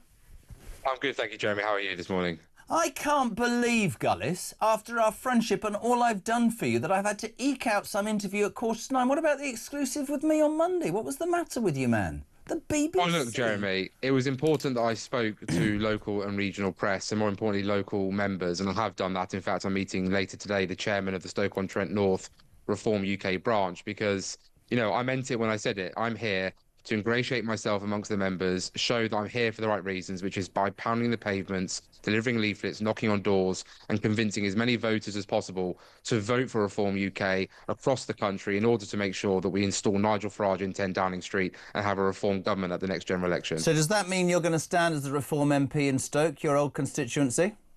I genuinely haven't made a decision on that, Jeremy. I'll be very serious. Baby 3 is imminently due any moment now. So I'm a father with a very young family. And that's a decision I would need. Baby number 3? Baby number 3, indeed, yeah. And that's a decision I would have to make with my wife, obviously. Understandably, she knows the sacrifices that go into it. But more importantly, Jeremy, just because I'm a former Member of Parliament, a Conservative Member of Parliament, doesn't give me some God-given right to be allowed to stand again. I believe that if I had an interest in running, it should be local Reform UK members who decide. And if I was honoured to be selected by them, I would obviously grasp the opportunity with both hands. But if they didn't, that's their democratic right too. I love what you've been trained over the last 2 days. I'll do it if the wife says, I'll do it if the members. Now, my question would be this. On the basis that the Financial Times said this morning that Farage tells Reform donors he expects a tie-up with the Tories at the next election, and your devoted leader, Nigel, tweeted saying this is rubbish. Richard Tice came on and said it's fake news. Other people are saying not so sure. If there's any ounce of truth, why the hell did you bother 72 hours ago? Do you believe genuinely there'll be a tie-up? No, I don't. And I believe that, no, first of all, Nigel in 2019 took a stance in the nation's interest by standing down lots of Brexit Party candidates. He took a lot of personal damage for doing that, but I think it was at that moment in time in the national interest. But look at how Nigel was treated. And more importantly, look at how Nigel was portrayed. Where was the bonfire regulations that we've still got from the European Union? Where was the real drive to try and create a more equal society by levelling up? You know, the slogan that ended up just being pots of money occasionally thrown around, but no serious demographic change. Where was the control of our borders, where we saw under the Conservatives net migration hit almost 1 million in a single year? At the end of the day, Nigel Farage did the honourable thing, was treated poorly, saw the Conservatives do the opposite to what they promised in that 2019 election manifesto. And quite frankly, when Reform UK is riding around 30% in most opinion polls, and the Conservatives barely able to get out of the teens, maybe at best 20%. Where's the incentive for a deal to be done? It also treats voters with contempt. The idea that you can tell voters, oh, look, we're going to stand aside here, please lend your vote over there. Voters aren't stupid and voters won't be gerrymandered. Voters want a real alternative, a fresh stance and change. And that's not just happening in this country. Look at parts of mainland Europe where parties that have very recently been conceived are taking leadership roles or indeed winning elections because the people were sick of the established parties who made all the promises under the sun and failed to deliver. The Conservatives, says Rachel, totally let the public down at the end of the last government. The way they all carried on infighting was disgraceful. Why does it? Yeah, the likes of Rees-Mogg sat there week in, week out, grinning and smirking like it was all a bit of fun, summed it up for me. I will never vote for the Tories again. Phil in Nottingham. The reason I will never vote Conservative again is that the politicians betrayed us over those 14 years and they're still in the party. The front bench may have changed, but as Labour have proven, you can't achieve anything without the support of the backbench, and there are too many Liberals inside the Tory party. You and I are mates, and we've talked about this. So many people, JG, will say to me that those true Conservative values of low taxation, military, borders, policemen and women actually on the streets were lost as the Tories went to the centre, and it no longer works to say reform is far right. The truth is, somebody said to me this morning, is it not fair to say that actually the majority, if not all of the people that vote reform and are part of reform, were disillusioned or are disillusioned Tories? The Tories have changed, not the people who were voting for reform. Exactly. I left the Conservative Party because I could not honestly look a voter in the face and say, hand on heart, I would trust the Conservatives to deliver on the promises that they've started to make. Let's look at the European Convention of Human Rights. I put down a bill to leave the ECHR in 2022-23. And what happened? There are sitting Conservative MPs who voted against that bill alongside Sir Keir Starmer and others who frankly didn't have the guts to vote for it. Now I'm suddenly meant to believe that if they were in charge, they would vote for something so fundamental. The same Conservative Party that said that they were going to be a low tax, yet the tax burden went to the highest on record. The same Conservative Party that said that they were going to deregulate from the EU and take on the European Union, yet we did a deal where we agreed under the Windsor Framework, something I rebelled on, to essentially remain aligned to many of the EU's rules and regulations in order to try and prioritise a relationship there, rather than actually try and become the global trading power that we should have done. I know personally how much you've grappled with this. How difficult? Do you feel liberated? Do you feel people? How did the Conservative Party respond? How do you feel 2 days on, genuinely? Well, on the day, Jeremy, I felt sad because I've been a member of the Conservative Party my entire adult life. This was not an easy decision that I made, and I really did, as you say, take my time to think about it because I had to do what I thought was right. And at the end of the day, I felt that, as I say, I could never look a voter in the face and honestly say the Conservative Party would truly deliver on the promises. They talk tough now on net zero, yet some of those same ministers were the ones pushing forward with net zero regulations that's choking the life out the ceramic sector of Stoke-on-Trent, seeing jobs go abroad, potteries factories shutting, and all they were offering were little bits of help with electric when it's a gas energy powered industry. You know, it just used to drive me batty, and I'm quite frankly very disappointed. But what I will say is I've had many Conservative members and some sitting Conservative MPs send me very sweet messages, totally understanding my reasoning and my logic for why I've gone, even if they personally don't fully agree with it.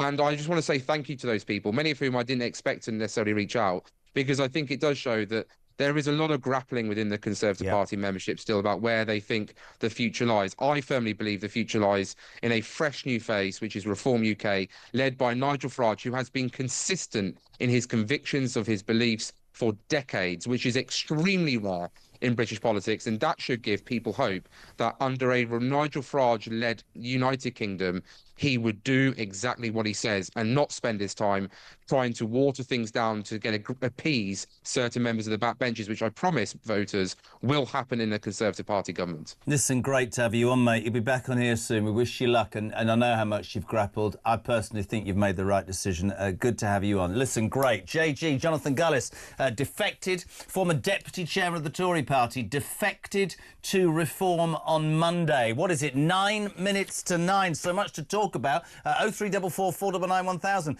To Bernie, don't be London-centric. Women all over Britain do not feel safe. I want to hear your story as a woman wherever you come in the United Kingdom. This is Talk Breakfast.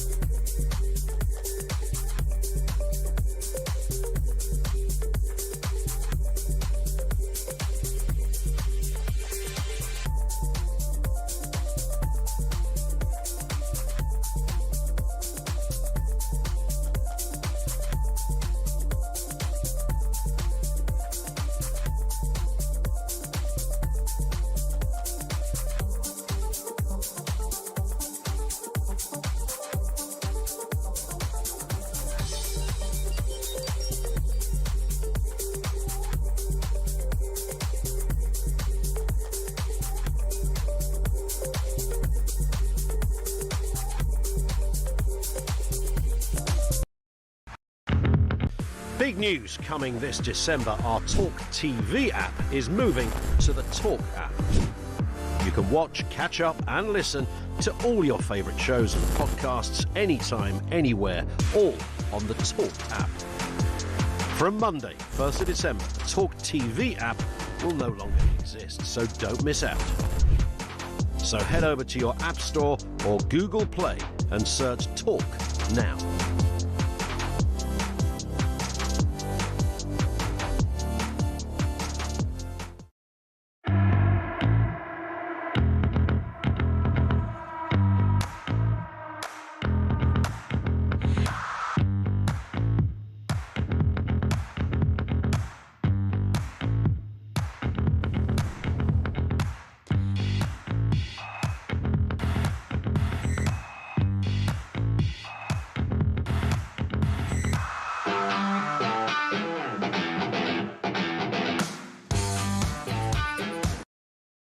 Across the UK, on DAB+, on YouTube, on your mobile, and on your side.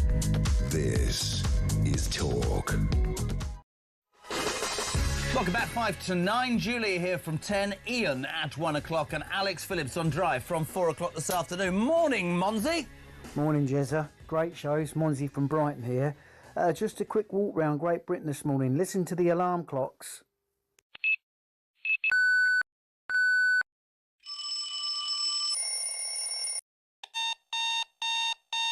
Meanwhile, at number 10, Kia finally wakes up.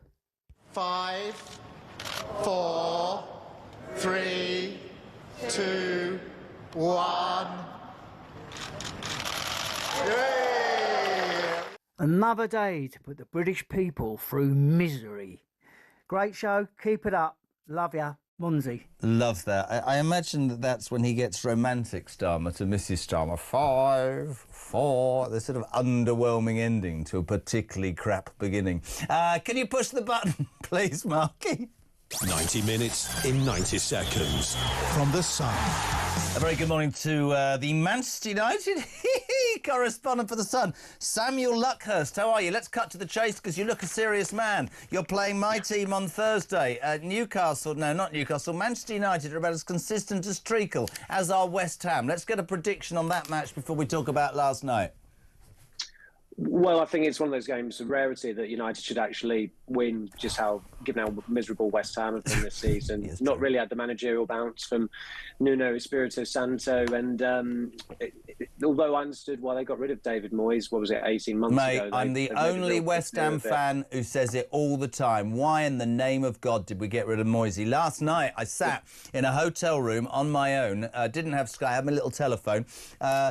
Haaland, it's unbelievable. Despite the fact that he looks like something out of Avatar, 100 Premier League goals. It was an extraordinary game, Man City, Fulham. They went into a 5-1 lead and clung on to win 5-4, but he is probably the greatest striker we've had here since, well, Kane. But I think he blows Shearer and Kane out the water, doesn't he? He could do. I think the interesting thing with him is that he's committed his future to City long term as well.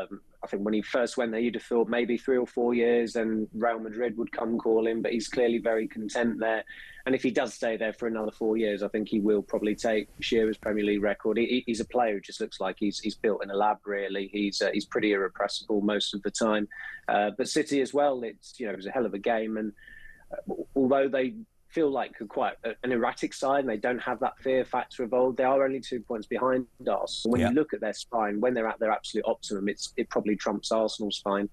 I look at Foden, so glad to have him back. Also, the other game on last night, Newcastle, heartbreak on the time, by the way, amongst all my mates. A 95th minute bicycle kick off his shin by Romero, the Spurs captain, rolled through the legs of 14 players and went under Ramsdale. Did they deserve a draw, Spurs, last night? Was that a lucky penalty for Newcastle? How did you see the game? Well, I think with Tottenham, at the moment, their away form's actually been quite decent, but the Spurs, by and large, are not having Thomas Frank because they fork out a hell of a lot of money to go and watch them at that wonderful stadium, but their home form has been dreadful. So last night offered a bit of respite. It was morale boosting for them to have equalised as late on as they did, but I just think this keeps the Vultures at bay for only a few more days. Frank, I thought when he was appointed by Spurs, it seemed a good fit. They made some good signings in the summer, but something is just not quite gelling there. And the Tottenham notoriously difficult club to succeed at, but the best English manager by a mile, Eddie Howe, will be devastated about those 2 as well. So, prediction for Thursday night then. Forget tonight. Manchester United, West Ham. Come on, bring it on. I'd probably go 2-0 to United, the Manchester United. They don't dole out too many thrashings, so they might make hard work of it, but it is one game that, well, I suppose you saw with Everton last week, they did spring a bit of a surprise even with 10 men. I think it's really interesting because neither set of fans will know what the hell to expect. You'll either batter us or lose 1-0. Ridiculous. Lovely to have you on. Thank you, Samuel Luckhurst, Man United correspondent for The Sun. Almost 9 o'clock. We're live across the UK. It's the home of common sense where the nation comes to speak. What do you want to talk about? 87222. Start your message with the word talk. More on Farage. Loads to talk about next.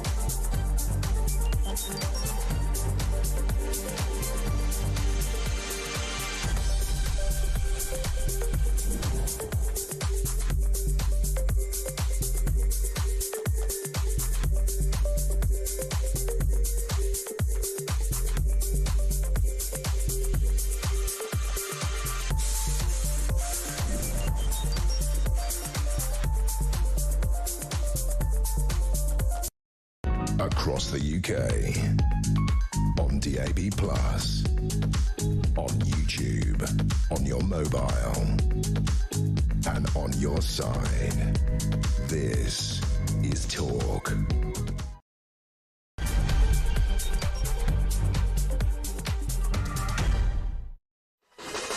A very good morning, just gone 9 o'clock. The sun is out, the sky is blue, and we're here for another hour with Morning Glory. This is where the nation comes to speak. The alarm clock Brits who are up early doing their bit. We appreciate your support. We've talked about many things today, but one of the things that's really resonated, I want to read you something. There's You know, some people just text in lines, some people text in stories. There's a report that was set up that's out today after Sarah Everard was horrifically murdered at the hands of that serving police officer, Wayne Couzens. A report was sanctioned in March 2021. It's only just been presented. It says that sexually motivated crimes against women in public remain widespread. It also found that more than a quarter, this is disgusting, of police forces in England and Wales have not yet implemented basic policies for investigating sexual offences. This is anonymous for a reason and is entitled Our Shambolic Justice System. Jez, I'm a woman in my 40s. I'm in court on Friday to attend the sentence, finally, of my rapist. It's taken 8.5 years to get here. In this time, I've been continuously stalked and little help from the police and bail conditions that were forgotten to be put in place. I'm afraid that the sentence hearing will be cancelled yet again. This will be the 5th time that I've geared up for sentencing day. Previously, it's been cancelled due to the defence not being ready. He currently roams free, awaiting sentencing for the 5th time. This has to be a sentence for me over 8 years and frankly for the rest of my life, and this is before I even begin to overcome the crime he committed. Women, Jezza, are not safe. Our government do nothing to protect us and our wider society. I am emotionally exhausted and do not know how I've managed to carry on this far, but I've had numerous emotional breakdowns and yet my trauma is never ending, despite the fact that this convicted criminal is still walking the streets and I am at my 5th attempt to get him nailed. Just, you know, when you do a show like this, it's just like non-stop, OK? Just imagine that. 8 years. You've got, you know, Calamity Lammy running the justice system saying, oh, well, let's just get court cases done quickly. That woman's waited 8 years and that piece of whatever is walking the streets. Why do we get the basic things so wrong in this country? Terror's in Birmingham. Jez, it's not just women that don't feel safe, it's everyone. In February, my 14-year-old son was robbed at knife point and beaten up for his trainers on his way home from school in our local park. A few weeks later, a lad was stabbed in the same park. We begged the council for CCTV in there. They said they can't afford it. What the bloody hell do I pay my council tax for? Caroline, North Devon. Really interesting angle, this. I walked through Barnstable town centre yesterday at 6 p.m. whilst there were still plenty of people about. And I felt unsafe, Jez. I phoned my husband and talked to him all the way to the car park so he knew where I was. There are so many homeless people, dropouts and presumably foreign migrants, I would suggest. I don't know. When I got to the car park next door, 2 guys were smoking weed.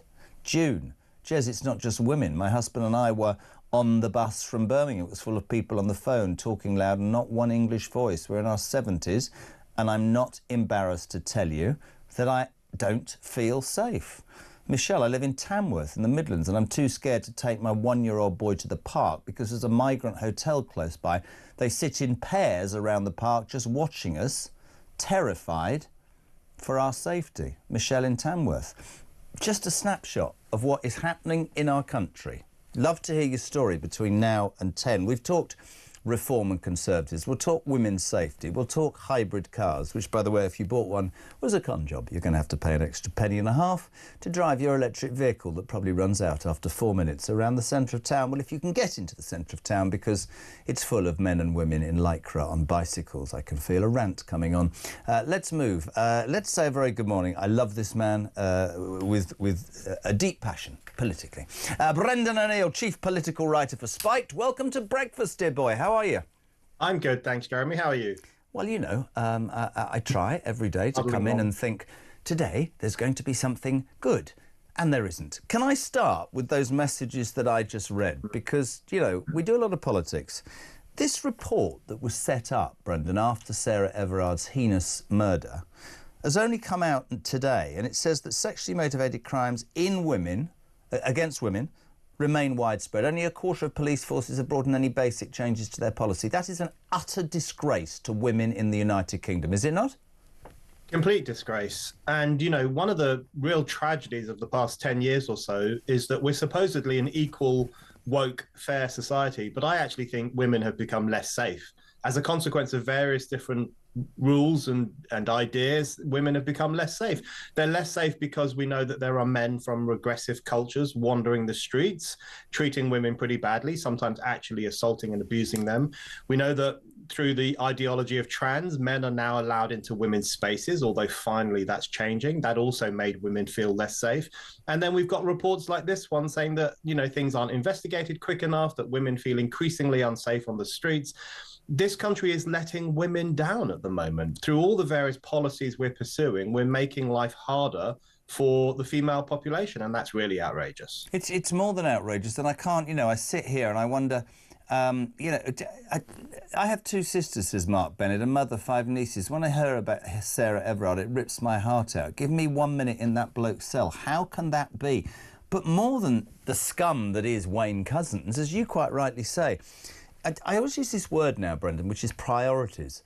We seem to have shifted away from what I would call the basic priorities that sort of sustain and shine a light on a decent democratic society. For years, successive governments, starting with the disaster that was Theresa May, have ripped the heart and soul out of police men and women's numbers on the streets. And I thought, and maybe I'm naive, that the number one concern, or number one duty, I should say, as a line for any government, is to look after, protect the people of the country in which they're governing. Isn't that right?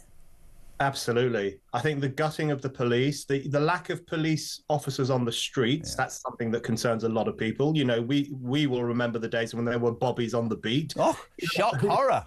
You know, even on the fairly quiet street in northwest London where I grew up, there you'd often see bobbies walking up and down. You know, just yesterday, Jeremy, I don't want to cast aspersions on the modern police, but yesterday in a part of London, I saw 2 police officers walking down the street. I'm afraid they were very young. They did not look very fit. They were not very tall. They were eating a McDonald's. They were eating a literal McDonald's burger as they were walking down the street. Now, maybe it was their lunch break. Maybe they were on their way back to their car. But I did think to myself, if something kicked off here right now, I don't think these 2 people would be able to protect me or anyone else. In fact, we might need to protect them. So there is something horribly wrong with the police. It's just not working at the moment. And then, of course, when women take it upon themselves to stand up for women's safety and girls' safety, for example, at the Epping Hotel, where women have protested saying we want our daughters to be safe, they're called fascists, they're called lunatics, they're called Nazis, they're called far right. Stand Up to Racism branded these women as fascists. You know, maybe Stand Up to Racism should change its name to Stand Up for Rapists, the way it was behaving down in Epping. So we've got all our priorities. You're absolutely right. The question is priorities, and right now we've got them all wrong. Couldn't agree more. We started 3 hours ago where you were probably tucked up with this sort of shocking story on the front of the Financial Times, which intimated on the front of the FT that Nigel Farage tells Reform donors he expects a tie-up with Tories before the next election. The man himself, 5 minutes later, tweeting a full story in the FT tonight, claiming Reform would do a deal. After 14 years of dishonesty and lies, they should never be forgiven. The idea I'd work with them is ludicrous. They betrayed my trust in 2019. And we will ensure they cease to be a national party in May at 7 o'clock. I put the deputy leader of Reform on, and I thought I'd sort of make it really simple for Richard Tice, who likes small words. This is me asking him definitively if there was any truth in that rumour. In one sentence, with one question, imagine I'm Noel Edmonds. Richard Tice, deal or no deal? No deal. What's your take on all of this, Brendan, having watched this unfold over the morning? It's so interesting, isn't it? I mean, I think it's a bad idea. I think the Tories are a busted flush. I actually don't mind Kemi Badenoch. I think she's done some good stuff. I think she really came into her element in the budget discussion last week. She's got a lot going for her. She's a clever politician. But I just think people are sick and tired of the 2 main parties, the Tories and Labour, of course. You know, we've had enough of them. They're clapped out organisations. People are looking for something new. Now, millions of working class people are looking to reform. Some middle class idiots are looking to your party and the Greens. You know, good luck to them. But people want something different. So I think it would be a mistake for reform to align with one of those clapped out parties that people have no faith in. Do you think it's a mistake, though? This is the issue. I just had Jonathan Jonathan Gullis, who defected. He was defected on Monday. He was the ex-vice chairman of the Tory party. But there is an argument amongst Reform members and voters that says, why are we being given people who have had enough and were part of it? That's the first part of my question. The second part is, there is still talent in the Tory party, like Jenrick and Burghardt. And you think to yourself, look, if Corbyn, I called him Corbyn, that's a slip of the tongue. If Keir Starlin does what I suspect he'll do, which is shore up support, whether it's him or the Labour Party in general, with that mad idiot from the Greens, and as you said, you know, your party, the Fruit and Nut Party, and possibly even the court jester himself, Ed Davey, then surely, this is my question, everybody's saying no, Kemi's saying no, Robert Jenrick's saying no, Nigel Farage is saying no, Richard Tice is saying no, but is it not going to have to look at itself in 3 years if they're polling at 30 and there's... Because we could end up with a left-wing government again unless these people do something about it. That's all I'm saying. We've got 3 years, but it has to be a possibility in some form, I would suspect. I don't disagree with that. I think there needs to be the possibility that it will happen. And of course, the thing to bear in mind is that things are going to change a lot in the next 3 years. I'm not convinced Kemi Badenoch will be there for the next general election. I don't think Keir Starmer will be there. I hope not anyway. I hope he'll be toppled by someone on the backbenches or someone in his cabinet. So we might have two new leaders of Labour and the Tories. And then, of course, it will be down to Farage to think to himself, can I work with this new Tory leader? Maybe it will be Robert Jenrick. Is the Labour Party going to be refreshed by its new leader? There are all these huge question marks hanging over it. The difference, I think, with 2019, which Farage mentioned in his tweet, when the Tories did actually stab Reform in the back, stab Farage in the back, the difference is that this time Farage would have the upper hand. He would be in the more powerful position. He would be the person who would say to the Tories, we're going to do A, B, and C. Are you with us or are you not with us?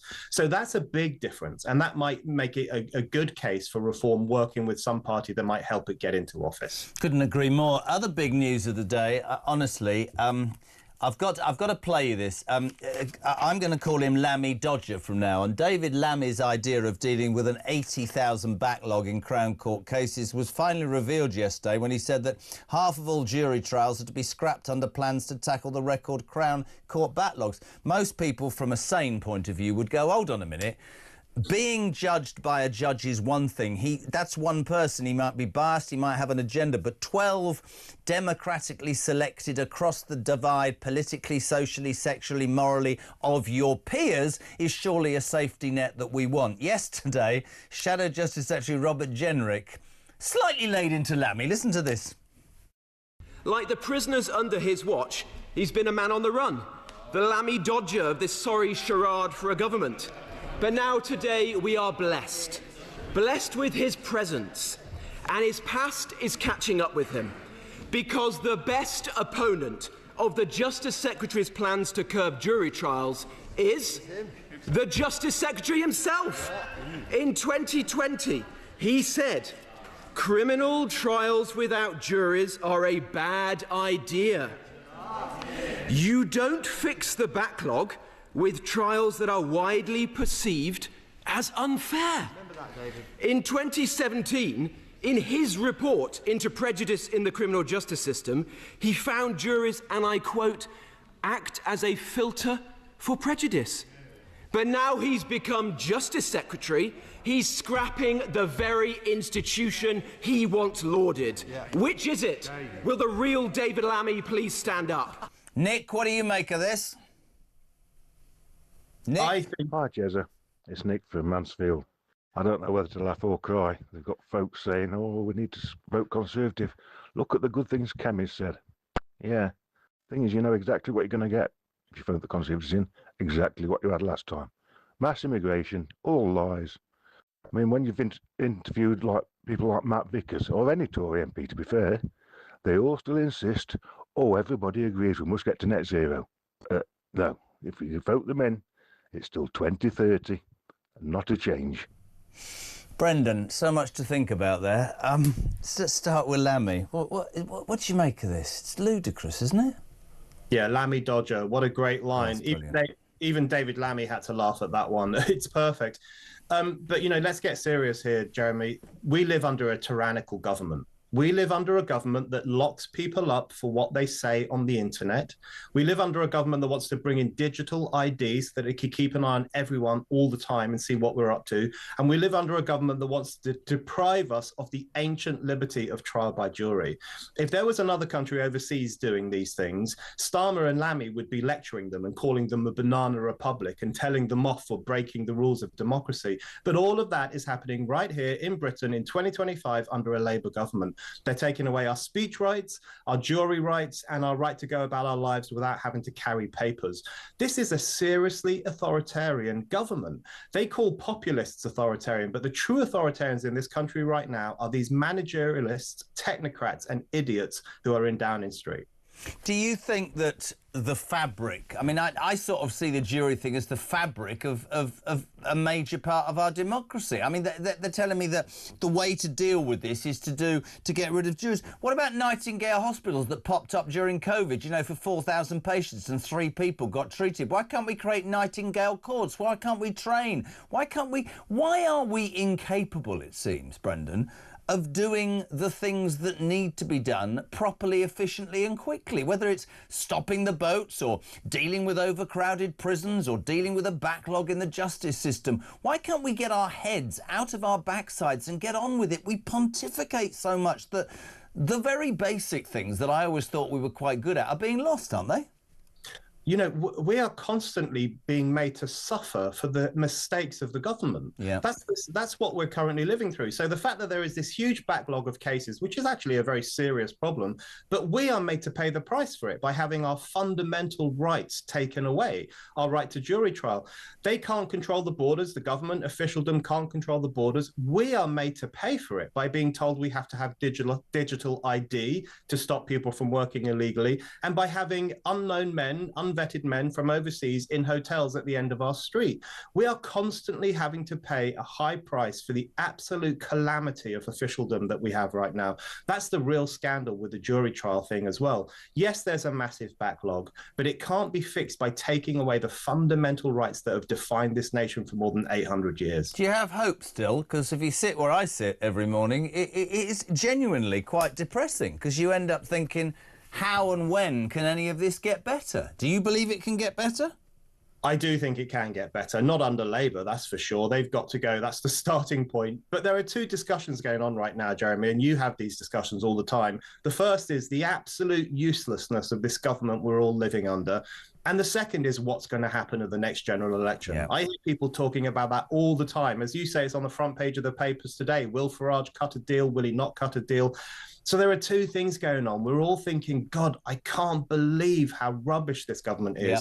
And we're also thinking, what's going to happen in the next general election? Will things be turned around? I think there's some signs of optimism there. I think if Farage gets in, he needs to... I don't think you'll do this in 5 years. I think you need 10 years, whether there's some sort of merger down the line. But for me, it's just the very basics of what's right and what's wrong. Women's safety, just dealing with people's everyday issues like increasing food prices and energy prices. I mean, you see this thing about if you drive a car or a van, a hybrid, which you're all told to buy, you'll have to pay an extra £1.50 a mile as well as regular fuel duty. I mean, I thought we were all told that was good for the environment. I mean, it's almost as if you get to a point, I think, where you wonder what is said to you in any way has a semblance of truth to it.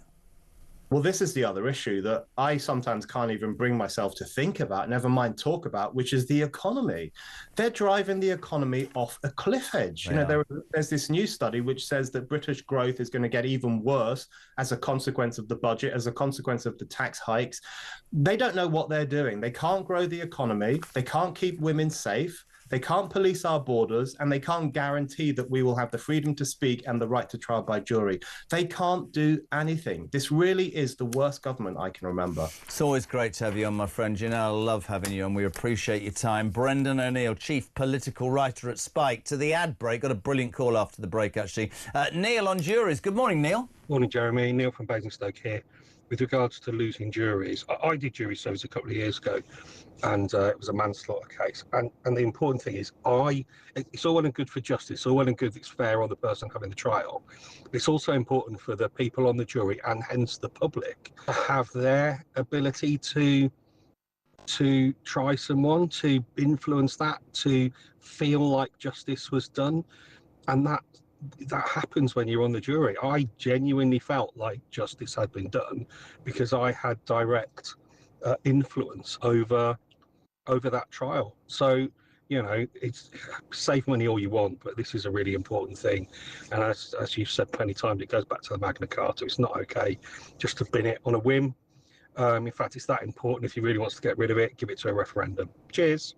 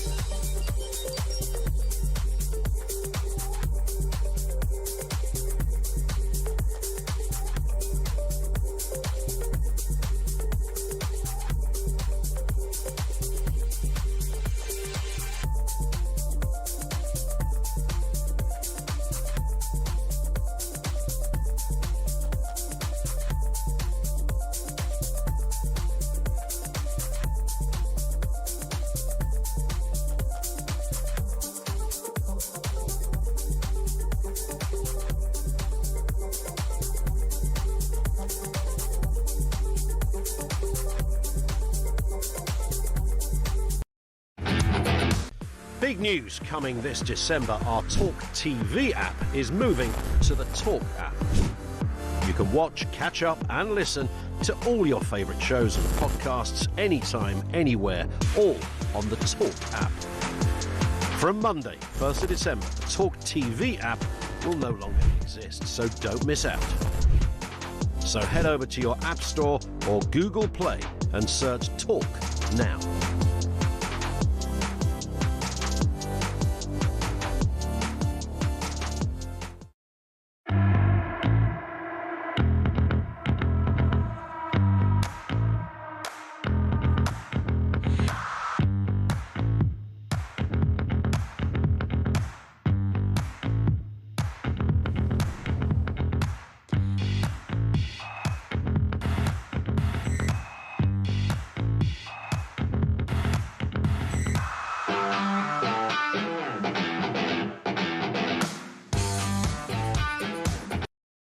Across the UK, on DAB+, on YouTube, on your mobile, and on your side.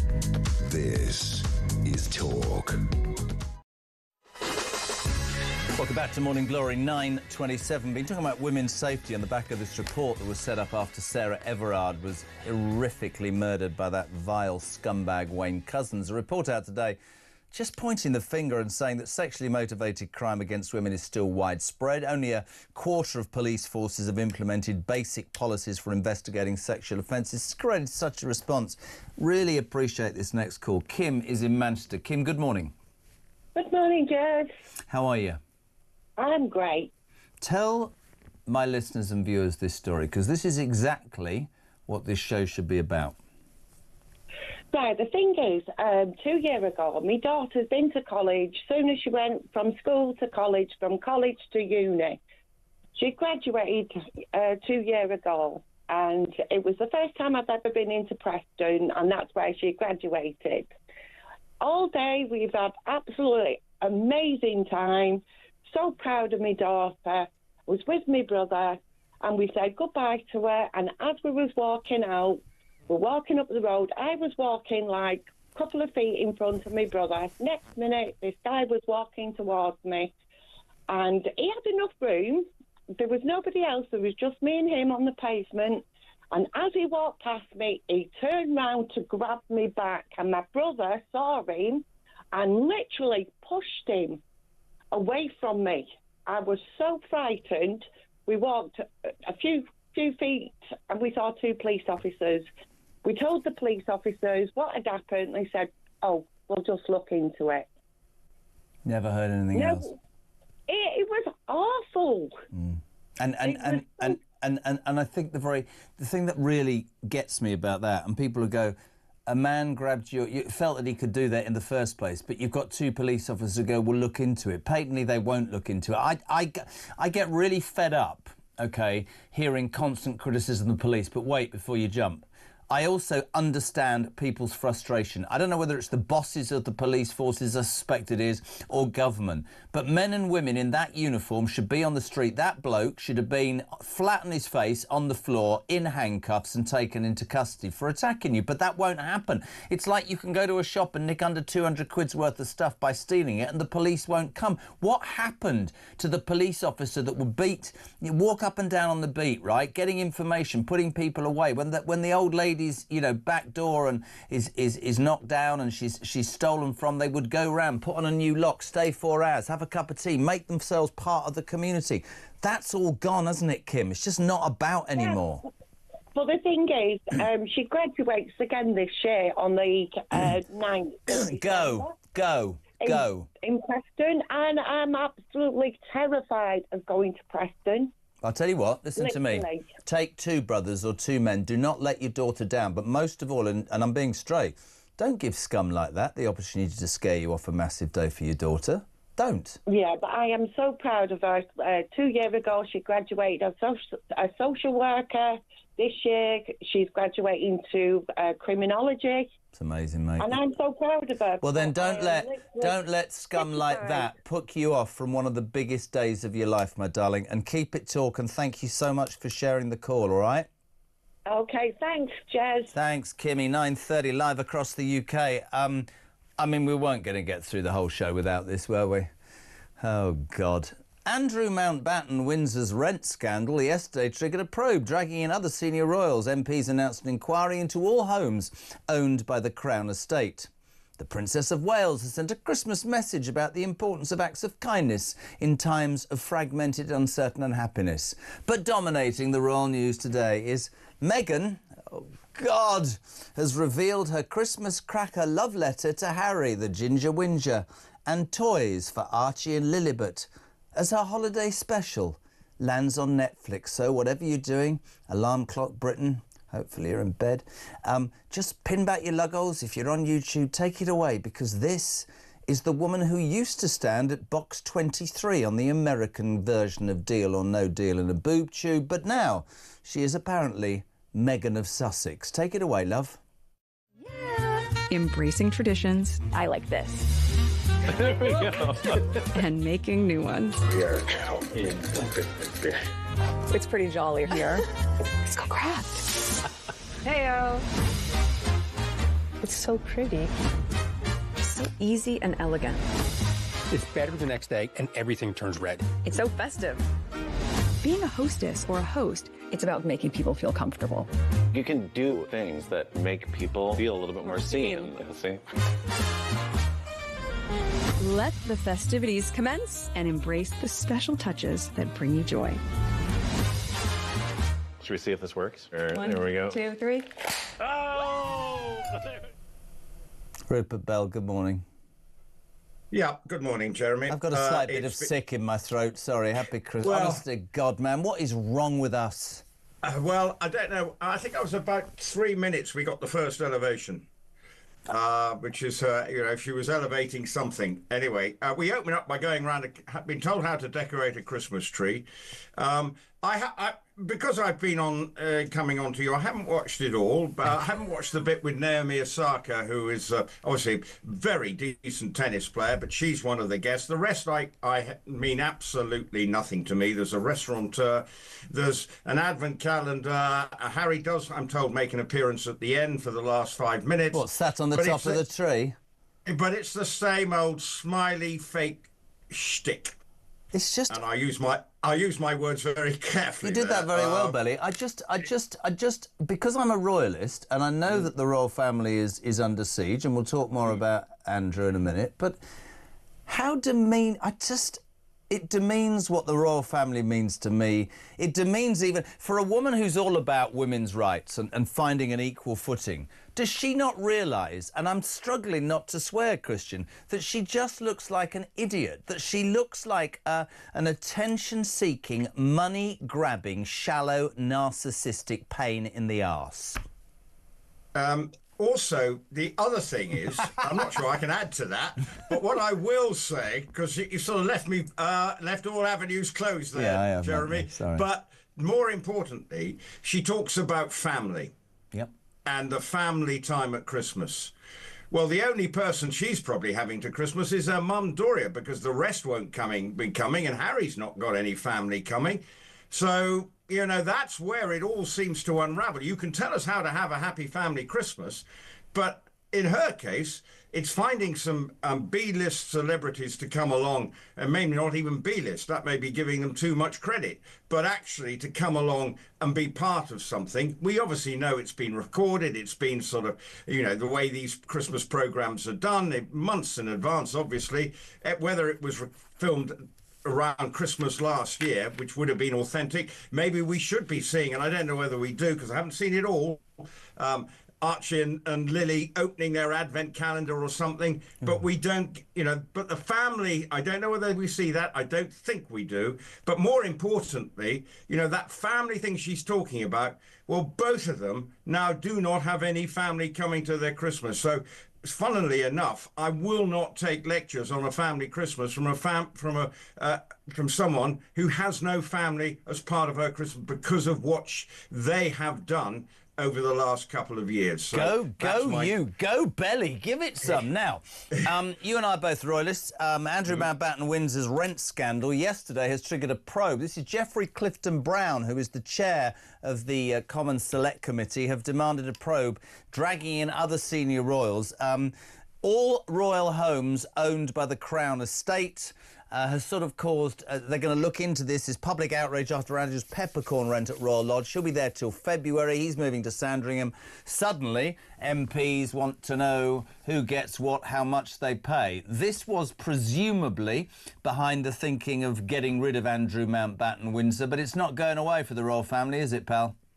No, it's not. And actually, forget all the Meghan hoo-ha. There's far more serious stuff going on. And this is actually more about what the future of the royal family needs to look about. There was a documentary, 3-part documentary hosted by David Dimbleby that is looking at what is the monarchy for? And the next episode is all about the finances, because obviously the royal family do seem to have protections, it would seem. Well, we know, don't have inheritance tax. There are all sorts of things that leave them subject to investigation and wondering when everyone else's finances are being analysed and we're being asked to contribute more here, there and everywhere. What are the royal family seen to be living a different life? And I do think this is something the royal family have to be very mindful of. Now they're looking at Prince Edward's arrangements at Bagshot Park. Yeah. Obviously with Andrew, it's a different set of circumstances. He's not, it seems, going to be likely to get much in the way of compensation for giving up his lease early, because it might be found that the Royal Lodge isn't quite in the state that it should be. So there may be, like a lot of people, you rent somewhere, you then find that the landlord charges you here, there and everywhere, but it takes some of your deposit. So there's going to be an element of that about it. But the royal family do need to be very mindful of how their finances are perceived. And it's something the king will need to be looking at, I'm sure the Prince of Wales will be looking at, because he's talking about changing the monarchy in some way. So there's a lot on when it comes to the money side of the royal family that they do need to look at. And maybe Andrew is the catalyst, whether right or wrong, to the royal family finally saying, right, we need to make our finances look fit for the current environment. Talking about longevity of the royal family, which I know you and I are keen to support, do you believe, I mean, I think the reason that they did the Andrew thing quite quickly is I suspect there's going to be more coming out. Do you believe that the British royal family can survive the Epstein scandal and Andrew Mountbatten Windsor, or his name is, in Fergie? Do you think that they can last, or do you think the clamour from the Republican base who jump up and down will get stronger and stronger, Belly? Well, this is the big debate. But I will always say, and even what are you going to replace it with? And even this latest documentary, I think the answer is, well, how are you going to appease, Scotland, Wales, Northern Ireland, England with your head of state? So I just, do you want someone like President Tony Blair? Do you see what I mean? Listen, I've argued long and hard. You go and ask the American people how much the American president costs the American taxpayer and then work out how much the British monarchy bring in. Unfortunately, and that's a massive amount of money, but unfortunately, we're stuck on the criticisms of the royal family and the messes up that they've made. I'm just wondering, bigger picture, whether you think they can survive. I do think they can survive, but as I've already alluded to, they've got to be seen to be changing and moving with the times. And that is their challenge, because sometimes they can appear to be behind the curveball. So it is very important that they look at the whole perception of the royal family, because do we want a presidential system? Will it make us, we're talking about traditions. You've been talking about juries in everything, and you alluded to just a few moments ago, something that is woven into our constitution since the Magna Carta. Do we want all our traditions to evaporate? Now, the monarchy is part of the culture and the constitution, the traditions of this country. But it does need to be a monarchy that seems relevant to everyone out there. And at times, the monarchy must now start to get ahead of the public opinion and grab it and say, right, we need to sort this out, because otherwise we may have a problem. Really good to have you on. By the way, I bought my tickets for the Cheltenham Festival yesterday, sorted for Tuesday, Thursday, Friday. You need to sort me out for Wednesday, all right? Jeremy, I will see what I can do. God, I can't even think. Cheltenham Festival. Good planning, Jeremy. Wednesday, you owe me. You know you do. Your career and possibly your mortgage. See you later, Belly. You're a good man. Thank you very much indeed. Talk. It's 20 minutes to 10 o'clock. We started at 6 o'clock with this extraordinary front page story in the Financial Times saying Farage has told a donor there'll be a merger. He came out and said this is utter rubbish. You're still having your say. Morning, Sarah. Morning, Jezza. Great show as normal. I didn't vote Conservative at the last election because, even though I have for the rest of my life, because I think they're a complete disaster. And I probably won't vote for them again anytime soon. However, I do think that nobody should rule out Reform and Conservative working together. They're all behaving a little bit like children going, oh, well, no, last time this happened, and la, la, la. And I just think for the sake of our country, and that's what should be put first, for the sake of our country, there perhaps has to be a time where the Conservatives and Reform work together to get this lot out, to save us, really. I know it sounds a bit dramatic, and maybe I'm being over dramatic. It's very depressing. Sorry, I'm puffing because I'm out with the dog. Anyway, great show.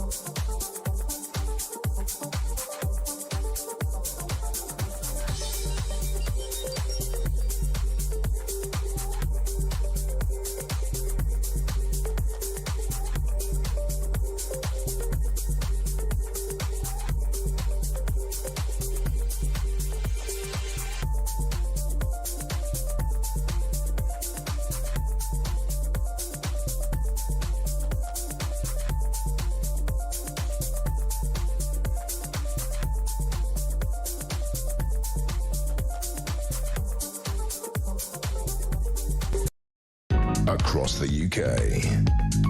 On DAB+. On YouTube. On your mobile.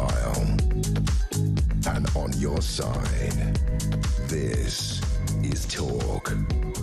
Hello, good morning. It's 10:15. Julia Hartley-Brewer, the Queen of Westminster, here from 10 o'clock. Ian Collins, the nation's voice, from One, and Alex Phillips, sounding great on Drive this afternoon. Hello to Mike in Swindon. I'm not a Reform member, but a big supporter, Jez. I totally agree with some sort of deal to get into power. If there's an early election, it might be too soon for them to get their house in order. Hello to Paul in Hitchin. Morning, Jez. Great show. The pink toilet paper story is cobblers. The left are losing and they know it. Their BS just isn't washing anymore. Paul Cusworth, good morning. He's in Hartlepool. Obviously, this won't be read out. Well, it'll be. I'm 65 and now one of those people on benefits. I've worked all my life, paid my taxes and stamps since the age of 16 until 5 years ago. When I had a massive heart attack, Jez, it annoys me when it looks like I'm labelled lazy and a sponger because I can no longer contribute. Can I say what I always say, Paul? You are the exact reason there should be a welfare state and the exact reason why alarm clock Brits are happy to go to work and pay for you, because you did your bit and you're not able to. You're incapacitated. That doesn't mean, Paul Cusworth, that we should not be doing something about the people, and I'll tell you why, who are taking the mickey, because they're taking money away from genuine people like you. That's what we talk about the whole time. Morning, JK. Reform should not allow the toxic Conservative Party anywhere near their ranks. The present Conservative Party should merge with the Liberal Democrats, who are closest to them in ideology. Jezza says, earlier you had Richard Tyson. I think his arrogance is incredible. He may think they are a shoo-in for the next general election, but they're not. If the left get their act together, there could be a coalition that could secure power. If not totally, they could certainly hamper Reform's ability to get an overall larger majority. The Tories have experience of government and they had some great people. There is a cigarette paper width between both parties on policy, so why not swallow that pride pill and do what's right by the country? Hello to Johnny in Kettering. Great show, Jezza. Keep up the good work. I'm heading to Southampton in my HGV to help pay for those welfare people so they can have a nice Christmas. Hello to Joe in Salisbury. Russell's in Derbyshire. Reform has to be very careful with regards to the Tory party, Jez. I, along with most of the people I know who joined Reform, are also anti-Tory. We don't want to see failed Tories such as Berry, Gullis, Dorries, or possibly generic elected Reform MPs. If these people actually had talent, why are they so horrendous when in power? Russell Dixon, who mentions Berry. I didn't know. Berry? Oh, him, the next guest. I'm only joking. Ladies and gentlemen, are you the... Actually, let's just do it. He used to be a fantastic Top Gear presenter, a successful one. Now he's on with me. Steve Berry, good morning. Morning, Jezza. How we doing up north? Is it raining in Manchester? Well, as you can say, I've got a whisker on over me rain, Max, so it must be, the weather can't be that clement. I remember when I started working in Manchester, this is genuinely true, for the first 63 days, it rained every day, and I kept going, is it going to stop? And they went, no, we're in Valley, it rains every day. Stevie, yeah. I'm going to start this differently. Aren't you one of those weirdos who thinks electric cars are good? Yeah, they are. Right. Well, hold on. Oh, no, don't start, Berry. I know what you like, right? Today, we find out from this wonderful government that hybrid drivers will be hit with a double whammy of road tax. They'll have to pay 1.5p a mile as well as regular fuel duty, which says to me that these poor people that were conned into getting an EV vehicle have been dropped in the mire, haven't they? Yeah, I always wondered how government were going to square the fact that they were the ones who encouraged us, not just in the UK, across the sort of the Western world. There's been a move instigated by governments rather than by the car industry to move towards electric vehicles. And I always wondered how they'd square that with the fact that collecting revenue from petrol and diesel cars has been the golden calf for decades. It was the perfect way to collect revenue. You levied the revenue at the point of sale. People paid the tax on petrol and diesel before they used it. They filled up the car and they paid the considerable amount of duty right there and then. And I thought, how on earth are they going to replace that revenue when we move to electric cars? Because how will government know whether or not you used a unit of electricity to make a piece of toast, power perhaps something that you might have been bought for Christmas in a brown envelope, or to charge your car. Can I talk about the second option there? Were you implying some sort of aid of any kind? What were you saying there? I was just pointing out, Jeremy, that the way that electric cars are powered took away potentially that revenue source from government that petrol and diesel offered. And I posited, and I've been doing so for the last 10 years, I'm not the only one, that the government would have to move towards a pay-as-you-go model. So you will have a black box, as so many young people have to have a black box in their car because of their ridiculously expensive insurance. They still have to have a black box that monitors their driving. We're all going to end up with a black box that monitors our driving. Well, this is really interesting, because the other story, and as ever we'd love you on all the time, breathalyzers could be fitted in all Brits' cars as millions risk an instant ban and a $2,500 fine this Christmas. You're talking about black boxes in cars to see how youngsters drive, in cars that are electric to give the government info. Breathalyzers, where are you on this, SB? Well, again, it's one of those things where you say, do you agree with drink driving? And I say, absolutely bloody not. No, never. Not. Would you like to have a breathalyzer in your car? Try putting a breathalyzer in my car and see how far you go. There's a line in the sand, isn't there? They're watching us everywhere we go. Manchester, you've mentioned it. We had cameras put up all over Greater Manchester at huge expense for the so-called clean air zone. The clean air zone never happened. Guess who's using those cameras now? Yeah, Dibble. They're watching us all the time. But when they put them up, they didn't say, oh, it's so we can watch you all the time, every single yard that you drive with. No, they said it's for a clear air zone. Then they said, oh, yeah, forget that. But we are using them for other things. Do you think, just final question, do you think that middle-aged men in gilets should have a sort of black box attached to their shirts to see how angry they get at 5 to 10 on a Wednesday? I don't think we need a box to gauge how angry I am. All I have to do is come on with you and you ask me these questions and I get aerated. But I'm sure other people do. What's happened to Britain? Yep.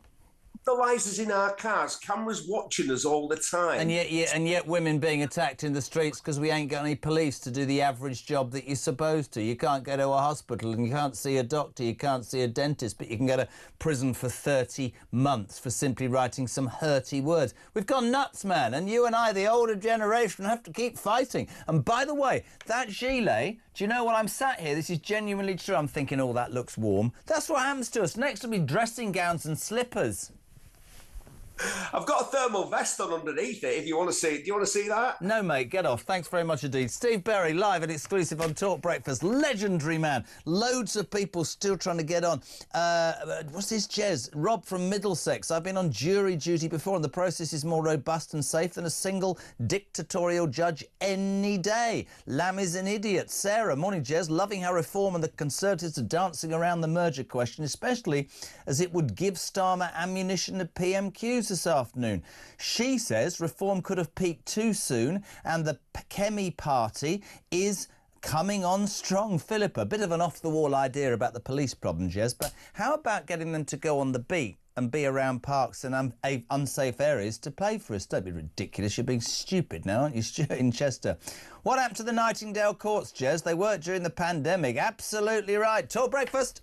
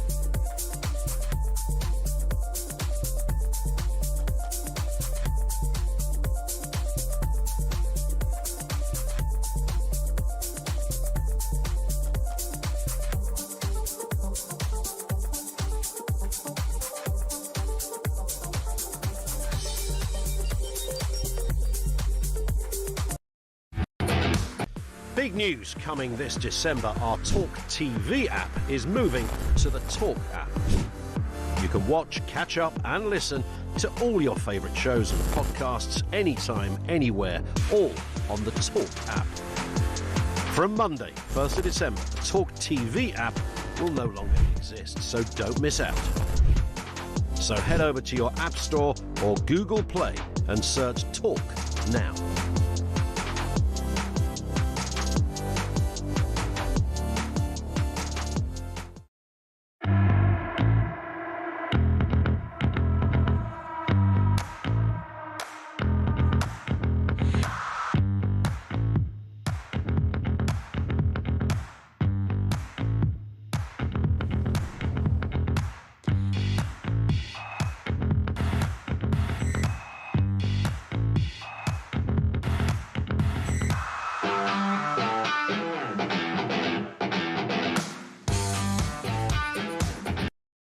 Across the UK, on DAB+, on YouTube, on your mobile, and on your side. This is Talk. Good morning. What is it? Almost 10 o'clock. Quickly, jury service. Ed, good morning. Hi, Ed here from Shropshire. I was called for jury service earlier this year, and for 3.5 days, 15 of us sat in what was basically a corridor, waiting from 9 a.m. to 4 p.m. doing precisely nothing. Then on Thursday, around 11 a.m, we were told the judge had dismissed us all. The court hadn't got the cases together, and the usher said they never start new ones after Wednesday lunchtime. So the whole process had to restart with 15 brand new jurors, despite us already being there, cleared and ready to go. An entire week wasted because the courts only sit between 10 and 3 and they couldn't get the cases together in time. The backlog isn't down to juries, it's down to the outdated rules and limited hours the courts are working to. Good on you, Ed. Very good morning. Kev, you're in North Yorkshire. Very quickly, on the phones. What you got for me, kiddo?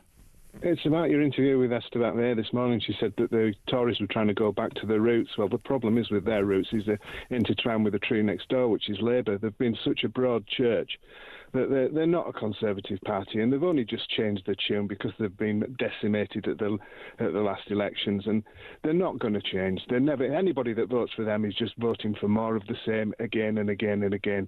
And the other factor that she said was that the Reform had wanted to cut the two-child cap benefit, yeah. Well, yeah, no, that's not specifically true. They want to cut it for everybody that shouldn't have it, i.e. people that aren't working. So people that are working, British families that need that support to boost the demographic also, they want to help those people.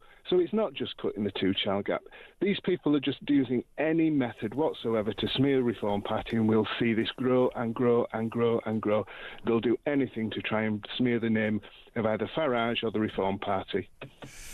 Do you believe, very quickly, that given the opportunity of the left getting together and forcing Farage not to win, that it is inevitable at some point that they'll join up, yes or no?